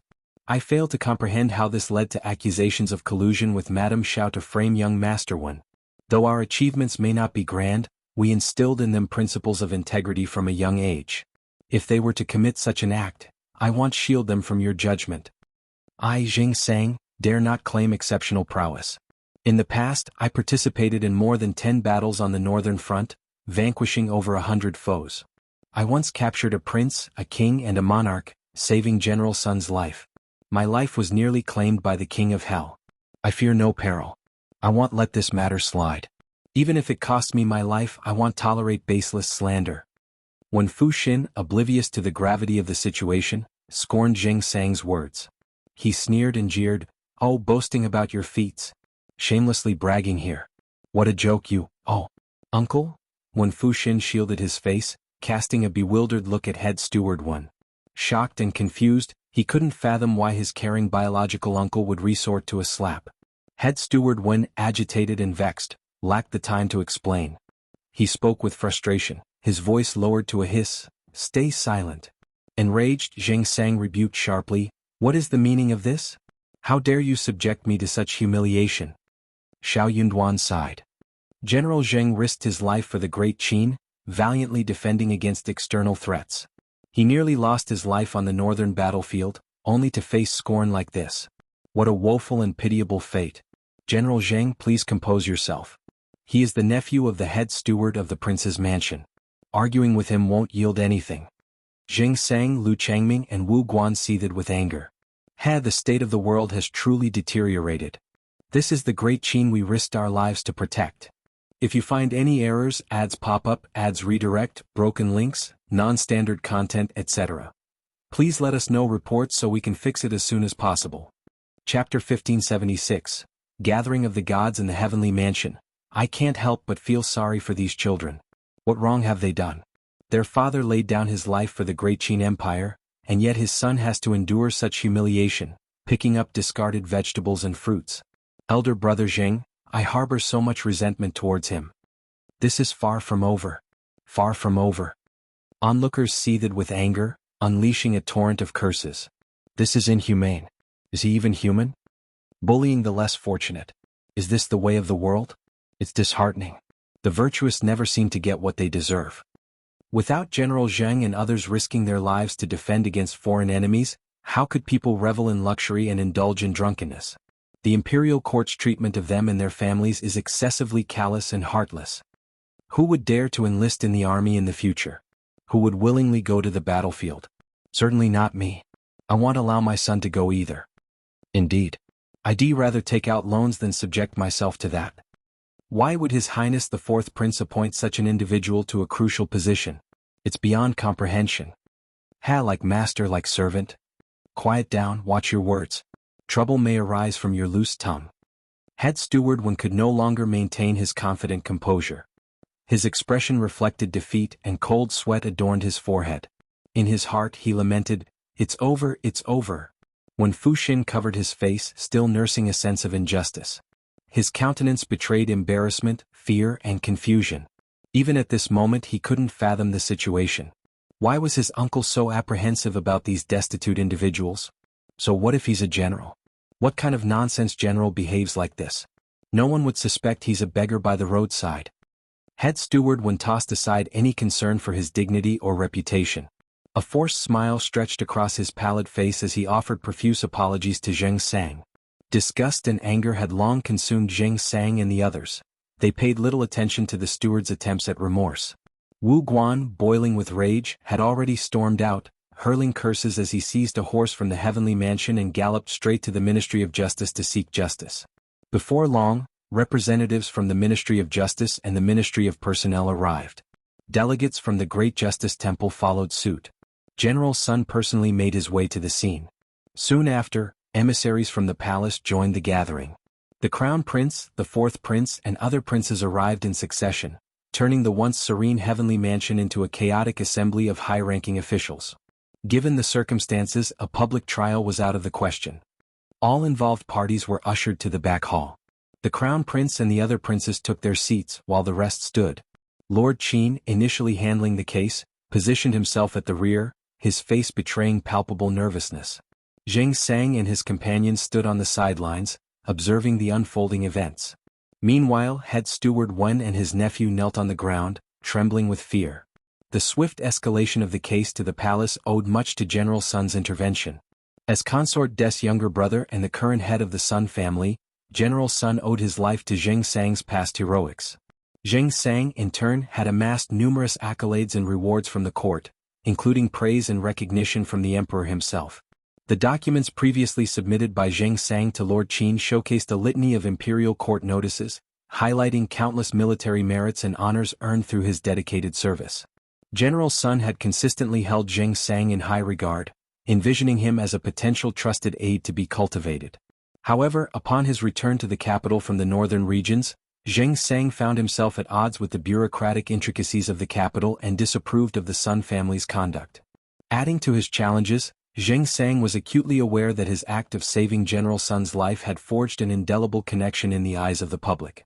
He was seen as inherently associated with General Sunday. Beyond his reliance on General Sun, he recognized that establishing himself independently would be an uphill battle. If you find any errors, ads pop up, ads redirect, broken links, non-standard content, etc., please let us know reports so we can fix it as soon as possible. Chapter 1577. But this time it's too much. However, he harbored no desire to become entangled with the Sun family. As a result, he made the difficult decision to resign. Despite the numerous comrades he had lost on the battlefield and being an orphan without familial ties, he chose not to return to his hometown. Instead, he remained in the capital, dedicated to caring for the families of his fallen brothers. Gradually, a community of such individuals gathered around him, numbering nearly 76. They resided in a makeshift slum in North City, facing the challenges of being orphans, widows, or disabled veterans retired from the battlefield. Many grappled with illnesses, lacking access to proper medical care. Most were unversed in administrative matters, finding solace only in labor-intensive, physically demanding tasks. Despite their hardships, they gritted their teeth and persevered. Throughout these years, Zheng Sang never sought out General Sunday. However, the accumulation of a decade's worth of difficulties and resentment within him finally reached a breaking point. A spark ignited, resulting in a resounding explosion, today's incident. Upon hearing the news, General Sun, being the second prince's uncle, found joy in the opportunity. He promptly consulted with an advisor, informed his wife, and had Princess Concubine Virtue report the matter to the emperor. Princess Concubine Virtue urgently sought an audience with the emperor, considering the involvement of Lord Shao, Madame Shao, and a general with significant past contributions, an affair worthy of the emperor's attention. The crown prince and the other princes could not afford to remain passive in the face of an incident within the palace, particularly the crown prince, who would undoubtedly be compelled to intervene. The atmosphere at the scene soured. The fourth prince maintained an expressionless demeanor, harboring a wish to kick both individuals to their demise. It appeared that the person in charge treated his dog poorly. Treating the dog too well would imply it was a human with the freedom to act as it pleased. Since it was a dog, all the unscrupulous actions would be attributed to the master. Once everyone was assembled, the crown prince let out a sigh and cast a complex look at Shao Yunduan. He inquired, "Officer Shao, what is happening? Enlighten me." As Shao Yunduan was the most knowledgeable among those involved, he assumed the role of questioning. When Fu Xin remained utterly clueless, still muddled and unaware of the situation. Observing the presence of the crown prince, the fourth prince, the second prince and the third prince, he felt an unexpected surge of excitement. What did this signify? It meant that his uncle held considerable influence. See, the crown prince and the fourth prince were both present. His uncle, as the trusted aide of the fourth prince, surely wouldn't let them suffer. The crown prince, known for his benevolence, wouldn't disrespect the fourth prince. As long as the crown prince extended courtesy to the fourth prince, no one would dare to utter a word against them. These people would undoubtedly have to kneel before him later, concerned that Shao Yunduan and Xiao Xian might say something detrimental, when Fu Xin hastily interjected, "Crown Prince, I am innocent. Please help me." Shao Yunduan raised his voice, cutting him off. "The rules at the fourth prince's mansion are commendable. How dare a servant show disregard for the crown prince? How dare he speak in front of the crown prince?" The onlookers were left in stunned silence. The crown prince felt a tinge of awkwardness. Initially, he had no intention to intervene, but faced with the servant's insolence, his usual restraint wavered, contemplating whether to engage in a confrontation. If you find any errors, ads pop up, ads redirect, broken links, non-standard content, etc., please let us know reports so we can fix it as soon as possible. Chapter 1578. Lawless. But to his surprise, Shao Yunduan spoke up. No one could have anticipated Shao Yunduan's decision to speak. Adding to the unexpected nature of Shao Yunduan's intervention was the fact that he projected an image of a scholarly figure, worth no more than 1/1000th of a tael, to be used judiciously. Yet here he was, an imperial court official, engaging in a public dispute with a servant, a situation that was utterly demeaning. Certainly, none of those observing the scene would ever consider such behavior. Unless, perhaps, it involved the fourth prince. As the master of Wen Fu Xin, it seemed fitting for him to reprimand his servant. However, contrary to expectations, the fourth prince didn't want assumptions to prevail. Upon hearing Wen Fu Xin speak, he involuntarily sighed in relief, planning to scold him later and allow him to explain himself first. Shao Yunduan's careless comment caught everyone off guard. Unable to tolerate it any longer, one of the fourth prince's aides sneered and calmly remarked, "Lord Shao, is it necessary to be so serious with a mere servant? It seems a bit demeaning." The crown prince, feeling embarrassed, became even more uncomfortable. "Your lordship, you're mistaken," Shao Yunduan responded with a serious tone. "How could a mere servant of the fourth prince show disrespect to the crown prince? What would people think? They might assume the fourth prince harbors ulterior motives and cares little for the crown prince. How else could a servant dare to be so presumptuous? Such an act could tarnish the reputation of the fourth prince." I am doing this for his sake. We adhere to the rules of the Tian family. It's not child's play. Why shouldn't we take it seriously? Consult the elders of the Ministry of Rights if you doubt whether a servant can belittle the crown prince without repercussions. It's a matter of principle. The advisor was left speechless, cursing Shao Yunduan internally for his quibbling and reasoning. Despite his frustration, he lowered his head, refraining from challenging Shao Yunduan. Glaring at Wen Fuxin, the fourth prince scolded him in a low voice. You insolent servant! Who gave you permission to speak out of turn? Are you trying to sow discord between the crown prince and me? Apologize to the crown prince immediately. His gaze bore into Shao Yunduan, harboring a desire to see him pay dearly for his words. Wen Fuxin, visibly terrified, paled as he hastily prostrated himself before the crown prince. I'm innocent. I'm innocent. Crown prince, please have mercy. I never meant to disrespect you. I only feared that Lord Shao would utter baseless accusations. Enough, I won't argue with you any further. You may leave. Recalling Shao Yunduan's remarks, the crown prince couldn't help but feel repulsed. Listening to someone badmouth Shao Yunduan, even though it was Shao Yunduan himself doing the talking, left a bitter taste. No wonder Officer Shao was infuriated and refused to show any courtesy to Wen Fuxin. Such a slave was undoubtedly of questionable character. Despite his feelings, the crown prince, mindful of decorum, extended a modicum of courtesy to Shao Yunduan. Officer Shao, please proceed. Shao Yunduan responded. Miss Qiao is the key witness. Miss Qiao, could you please provide your account of the events? Yes, Xiao Shen began narrating the details. Subsequently, they questioned Lu Fu and the others who corroborated the truth. The tales were humiliating, distressing, and filled with sorrow and outrage. As the accounts unfolded, tears were shed, and sobs punctuated the air. The ministers directed their gazes at head steward Wen and his nephew, further stoking the crown prince's anger. Zheng Sang and the others shared in the collective heartbreak and indignation.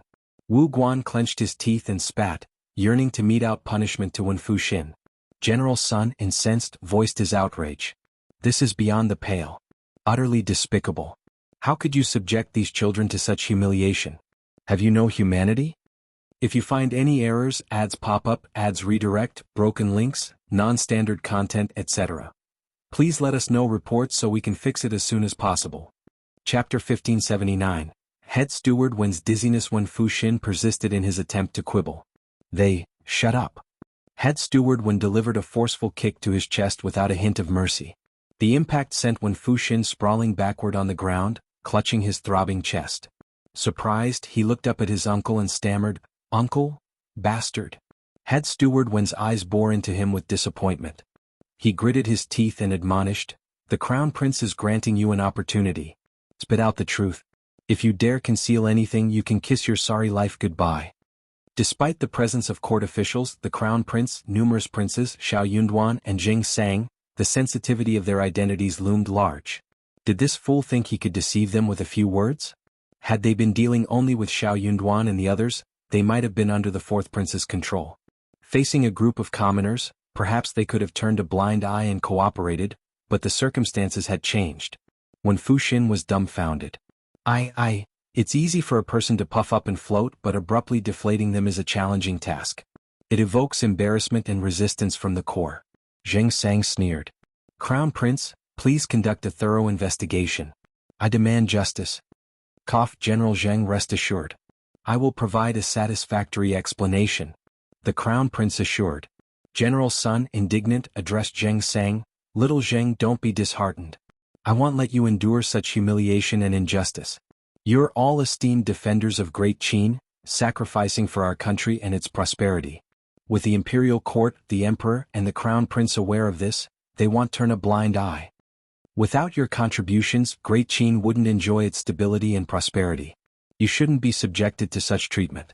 It's a letdown for the soldiers and the commoners alike. Head Steward Wen teetered on the verge of losing consciousness. His heart pounded so rapidly that each breath seemed a struggle. Wen Fuxin belatedly grasped the gravity of the situation. Observing the dignitaries, whose mere presence could create seismic shifts, sporting stern expressions, he couldn't deny the impending trouble. Wen Fuxin lacked audacity, often trembling in the face of power he misused to intimidate others. As the reality set in, fear gnawed at him and his body quivered uncontrollably. desiring to proclaim his innocence, the words stuck in his throat. He rose and knelt on the ground, initiating a rapid sequence of kowtows. Dong dong dong. He implored, "Crown Prince, spare me. Crown Prince, spare me. Your Highness, spare me." Wu Guan with disdain spat and coldly rebuked, "Shameless. Disgusting." The Crown Prince's countenance darkened. "So, it turns out you are the perpetrator, the one inflicting harm on others?" When Fu Xin could only kowtow, his face drained of color, unable to utter a single word. The Crown Prince erupted, "Bastard." Head Steward Wen, acknowledging his failure, joined his nephew on the ground, incessantly kowtowing. "Crown Prince, please calm down. I failed in guiding my nephew. I'm also at fault. Please grant us a chance to rectify our ways. If you find any errors, ads pop up, ads redirect, broken links, non-standard content, etc. Please let us know reports so we can fix it as soon as possible." Chapter 1580, Lord Qin's headache. General Sun sneered. Head Steward Wen truly lives up to his title, decisive and bold. If not for the uproar today, would he have shown such courage? I heard that just moments ago when he stood in the Heavenly Mansion Yaman's court, he exuded arrogance. Shao Yunduan spoke calmly, "General Sun makes a valid point. Head Steward Wen accused my wife of colluding with Shao Fu to harm his nephew. I find it peculiar that he wasn't present during the incident, yet he seemed well informed. Shouldn't Lord Qin have been the one to question him?" Zheng Sang added with a cold tone, "Lord Shao is correct. Before the Crown Prince and others were made aware, you didn't express concern about failing to guide your nephew properly. Now you seek a chance for redemption?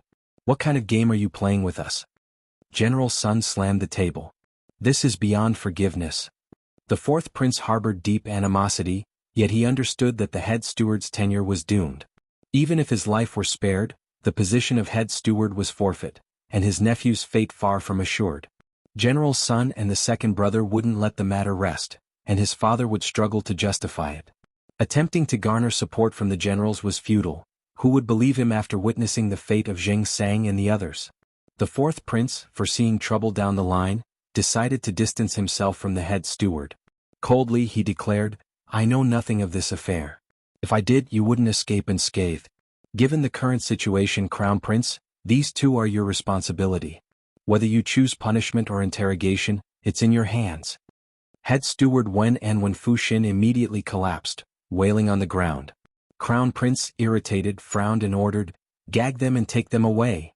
Lord Qin promptly complied. Soon individuals approached, muffling the cries and swiftly escorting them out. The Crown Prince sighed inwardly, casting a glance at Shao Yunduan, Qiao Xian and Zheng Sang and offered gentle solace. "I understand that you've all endured injustice. Those individuals are despicable and tyrannical, deserving no easy forgiveness. Let Lord Qin handle the interrogation and thoroughly investigate the matter. Address it according to your wishes." Zheng Sang and Shao Yunduan expressed no objections. They exchanged appreciative glances and silently thanked each other. Lord Qin, though internally groaning, had no choice but to steel himself and accept the responsibility. Originally a minor case, a mere conflict among ordinary individuals, it would have resulted in a scolding and perhaps a lesson for resolution. Yet, the involvement of three parties with extraordinary identities promised a more severe outcome. At best, it would be a minor altercation. At worst, it could tarnish the reputation of officials' families and the descendants of meritorious individuals. However, Lord Qin couldn't ignore the fourth prince's influence, complicating matters and giving him a headache. Now tasked with handling the case, the Crown Prince rose and dismissed the assembly. The darkening sky signaled the end of the day. Crown Prince regarded Zheng Sang and the others with a gentle gaze. Shao Yunduan respectfully said, "Crown Prince, I will attend to General Zheng." Crown Prince nodded with a satisfied smile and concluded, "That's excellent. Let's reconvene tomorrow. If you find any errors, ads pop up, ads redirect, broken links, non-standard content, etc. Please let us know reports so we can fix it as soon as possible."